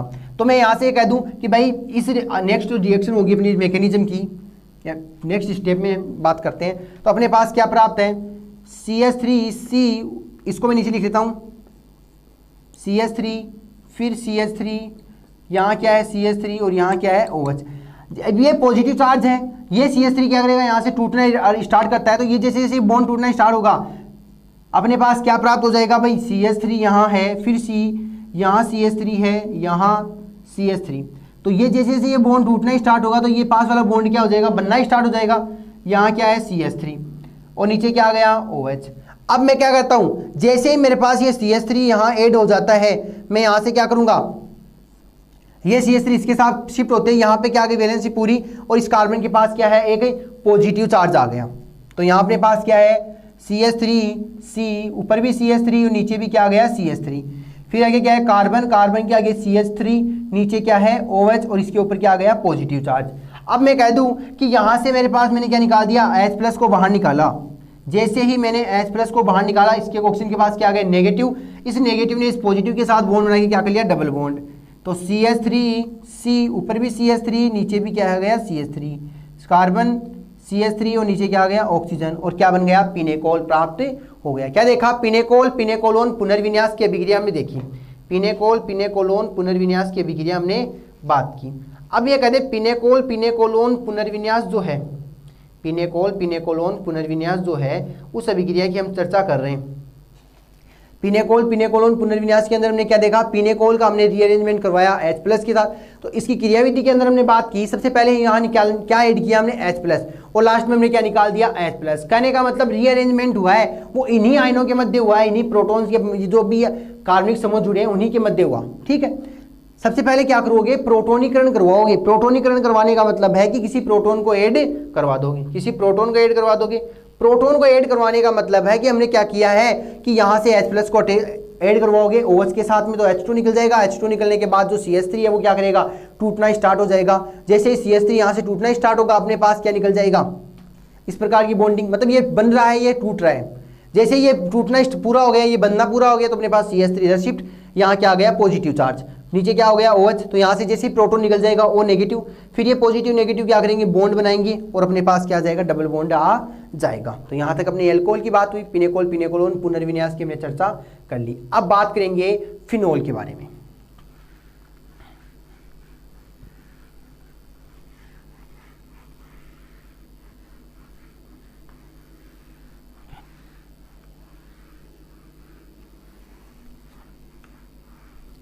फिनोल के अंदर हम बात करें, एल्कोहल का ही पार्ट है, अथवा का पार्ट है, लेकिन अपनी एग्जाम के अंदर अथवा वाले पोर्शन को हटा दिया गया है। जो भी क्वेश्चन आते हैं हमें केवल 3 ही क्वेश्चन को यहाँ पे कंप्लीट करना है, 3 ही क्वेश्चन कंप्लीट करना है। अब बात करें इसके अंदर, सबसे पहले हम बात करते हैं इलेक्ट्रॉन स्नेही की। ये कह दें तो इलेक्ट्रॉन स्नेही अभिक्रियाएं होती हैं, उनके बारे में हम चर्चा करेंगे। तो इलेक्ट्रॉन स्नेही और नाभिक स्नेही, नाभिक का मतलब क्या होता है, इलेक्ट्रॉन स्नेही का मतलब क्या होता है, जिनके पास नेगेटिव चार्ज होते हैं और या फिर ये कह दें जिनके पास पॉजिटिव चार्ज होते हैं और नेगेटिव चार्ज होते हैं।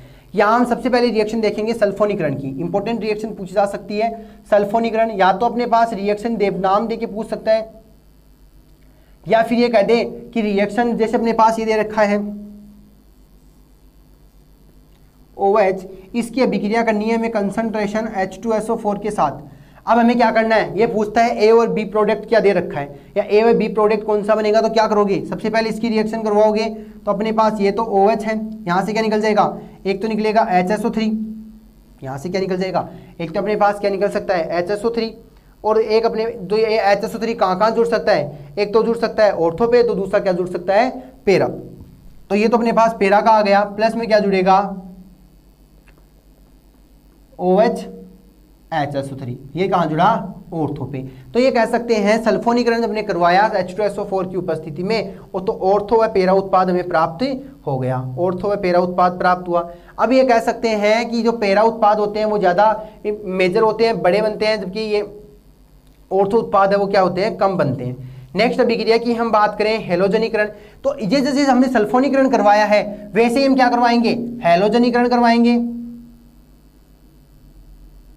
हेलोजनीकरण के लिए क्या लोगे, यहाँ पे HBr लोगे, जहां से H निकलेगा वहां क्या बन जाएगा H2 बाहर, Br जुड़ जाएगा। या नॉर्मली ये कह सकते हो कि HBr की जगह हम क्या ले सकते हैं, सिंपली ये ले लें कि Br2 ले लिया। Br2 लेंगे तो क्या होगा, यहाँ से एक हाइड्रोजन पहले से निकलेगा और एक Br को ले जाएगा और Br को वहां अटैक कर देंगे, तो ये भी क्या देगा, पेरा पे और ऑर्थो पे प्रोडक्ट बनाएगा। इसके बाद हम बात करें, फर्स्ट हो गई सल्फोनीकरण, दूसरी क्या होगी हेलोजनीकरण, तीसरी हम बात कर लें तो वो होगी नाइट्रीकरण। और नाइट्रीकरण करने के लिए हम क्या करेंगे, NO2 को ऐड करवाएंगे। भाई नाइट्रीकरण करने के लिए हम क्या करवाएंगे, NO2 को ऐड करवाएंगे। तो NO2 को लिए यहाँ Cl2 या Br2 के लिए, और यहाँ क्या करवाएंगे HSO3 के लिए। तो तीनों प्रकार की हमने क्या करवाई, रिएक्शन करवाई। NO2 क्या है, पॉजिटिव चार्ज है, क्लोरीन है, और ये जो HSO4 है, मतलब इसको किसमें तोड़ा गया, OH माइनस, और इसमें तोड़ा गया। भाई H2SO4 इस प्रकार से होता है, इसको किसमें तोड़ोगे, OH माइनस और HSO4 प्लस, तो HSO3 प्लस में इस प्रकार तोड़ोगे। तो ये तीनों अपनी रिएक्शन हो गई, सल्फोनीकरण, हेलोजनीकरण, नाइट्रीकरण, ये तीनों रिएक्शन है। इसके बाद हम बात करें नेक्स्ट अभिक्रिया की, अपने पास जो होगी बेंज।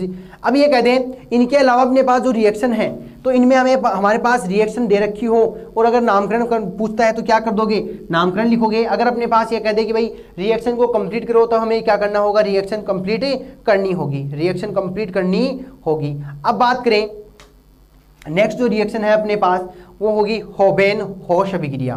क्या कह रहा है, होबेन-होश अभिक्रिया, तो उसकी भी चर्चा करते हैं कि होबेन-होश अभिक्रिया क्या होती है। सल्फोनीकरण, हेलोजनीकरण, नाइट्रीकरण हो गया। इसके बाद हम बात करेंगे होबेन-होश अभिक्रिया की। होबेन-होश अभिक्रिया की बात करें, होबेन-होश अभिक्रिया की बात करें तो अपने पास क्या है, फिनोल है,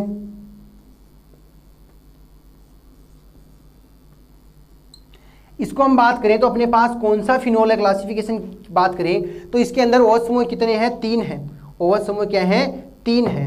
3 OH समूह होने के कारण, 3 OH समूह होने के कारण इसको क्या कहते हैं, ट्राईहाइड्रिक फिनोल कहते हैं, ट्राईहाइड्रिक फिनोल कहते हैं। इसकी रिएक्शन किसके साथ करवाओगे, इसकी रिएक्शन किसके साथ करवाओगे, उसकी बात करें तो सबसे पहले मैंने लिया CH3N डबल बॉन्ड N, तो इसको क्या कहोगे, मेथिल डाई एजोनिम, या इसको क्या कह रहा है, C डबल बॉन्ड, या ये कहते हैं कि यहाँ पे अपने पास क्या है, कार्बन है, और ये, तो इसको क्या कहोगे, मेथिल साइनाइड। ये क्या है, मेथिल और CN समूह जुड़ा है, तो इसको क्या कहोगे, मेथिल साइनाइड। अब बात की जाए मेथिल साइनाइड को हमने काम में लिया है, साथ में इसको क्या लेंगे, HCl को ऐड कर लेते हैं, प्लस में क्या लिया, HCl। तो मेथिल साइनाइड, और ये क्या है अपने पास 1 4 1 1 2 3 1 3 5 पे क्या है, हाइड्रोक्सी समूह जुड़ा हुआ है।